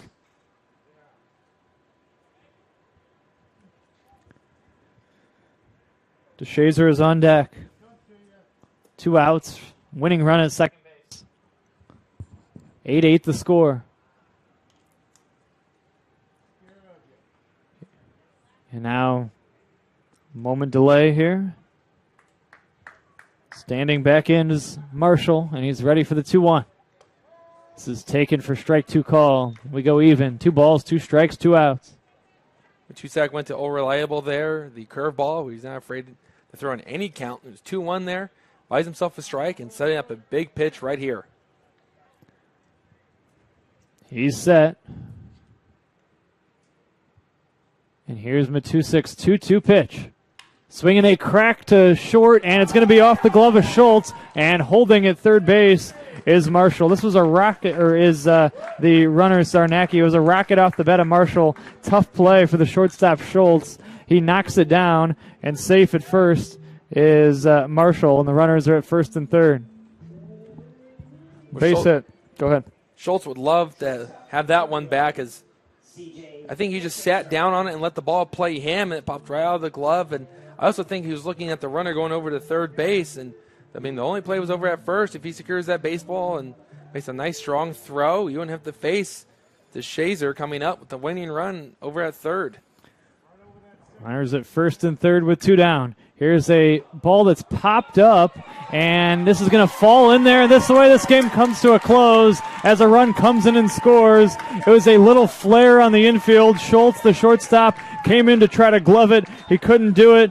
DeShazer wins the game on the first pitch with a little flare. Coming in to score the winning run is Zarnecki, and in bizarre fashion, the Oilmen beat the Lake County Corndogs by a score of 9-8, and it's a celebratory Oilmen team out on the playing field right now. 2 balls to shortstop where plays could not be made. The Oilmen walk it off, and they beat the Lake County Corndogs with a 2-out rally in the bottom of the ninth. They didn't hit it hard, but, Andrew, they pulled out the 9-8 victory with that little flare in front of short representing the game winner.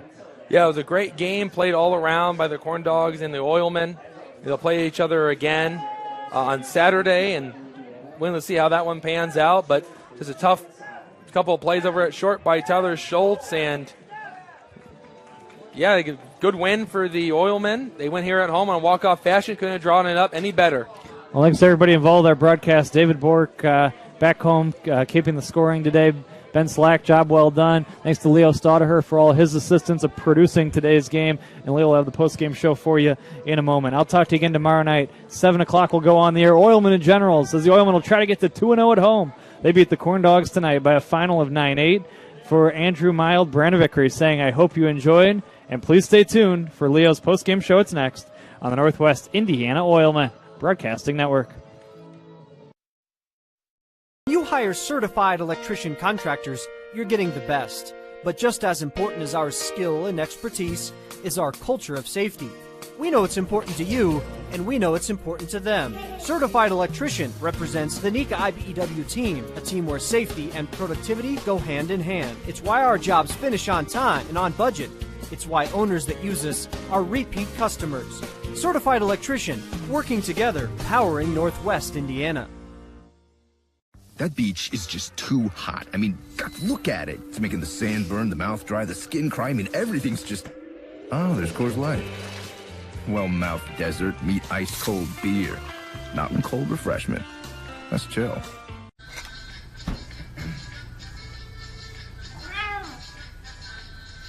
You didn't do anything wrong. You just didn't know Miller Lite has more taste and only one more calorie than Michelob Ultra. Now, you do.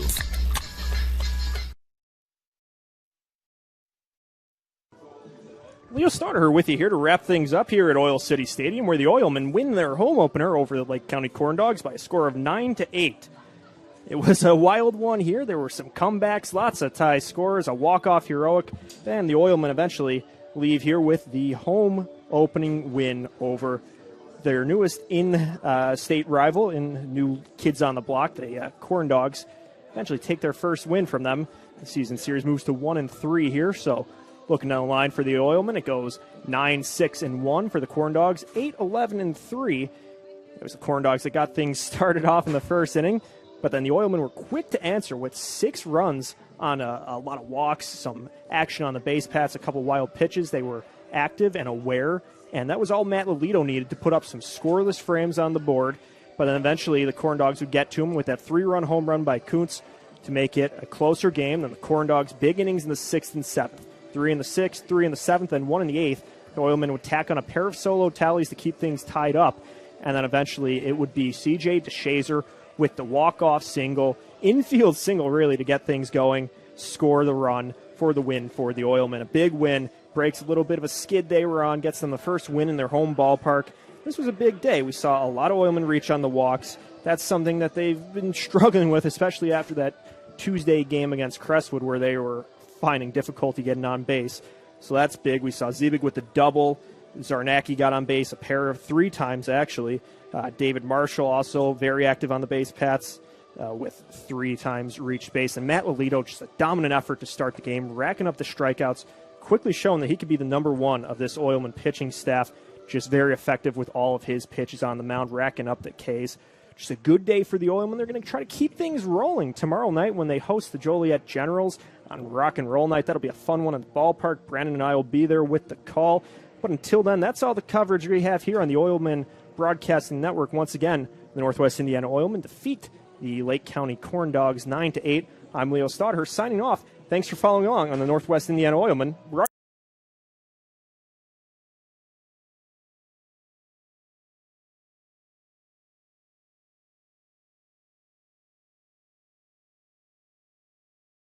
Number 1 of this Oilman pitching staff, just very effective with all of his pitches on the mound, racking up the Ks. Just a good day for the Oilmen. They're going to try to keep things rolling tomorrow night when they the Joliet Generals on Rock and Roll Night. That'll be a fun one at the ballpark. Brandon and I will be there with the call. But until then, that's all the coverage we have here on the Oilmen Broadcasting Network. Once again, the Northwest Indiana Oilmen defeat the Lake County Corndogs 9-8. I'm Leo Staudaher signing off. Thanks for following along on the Northwest Indiana Oilmen.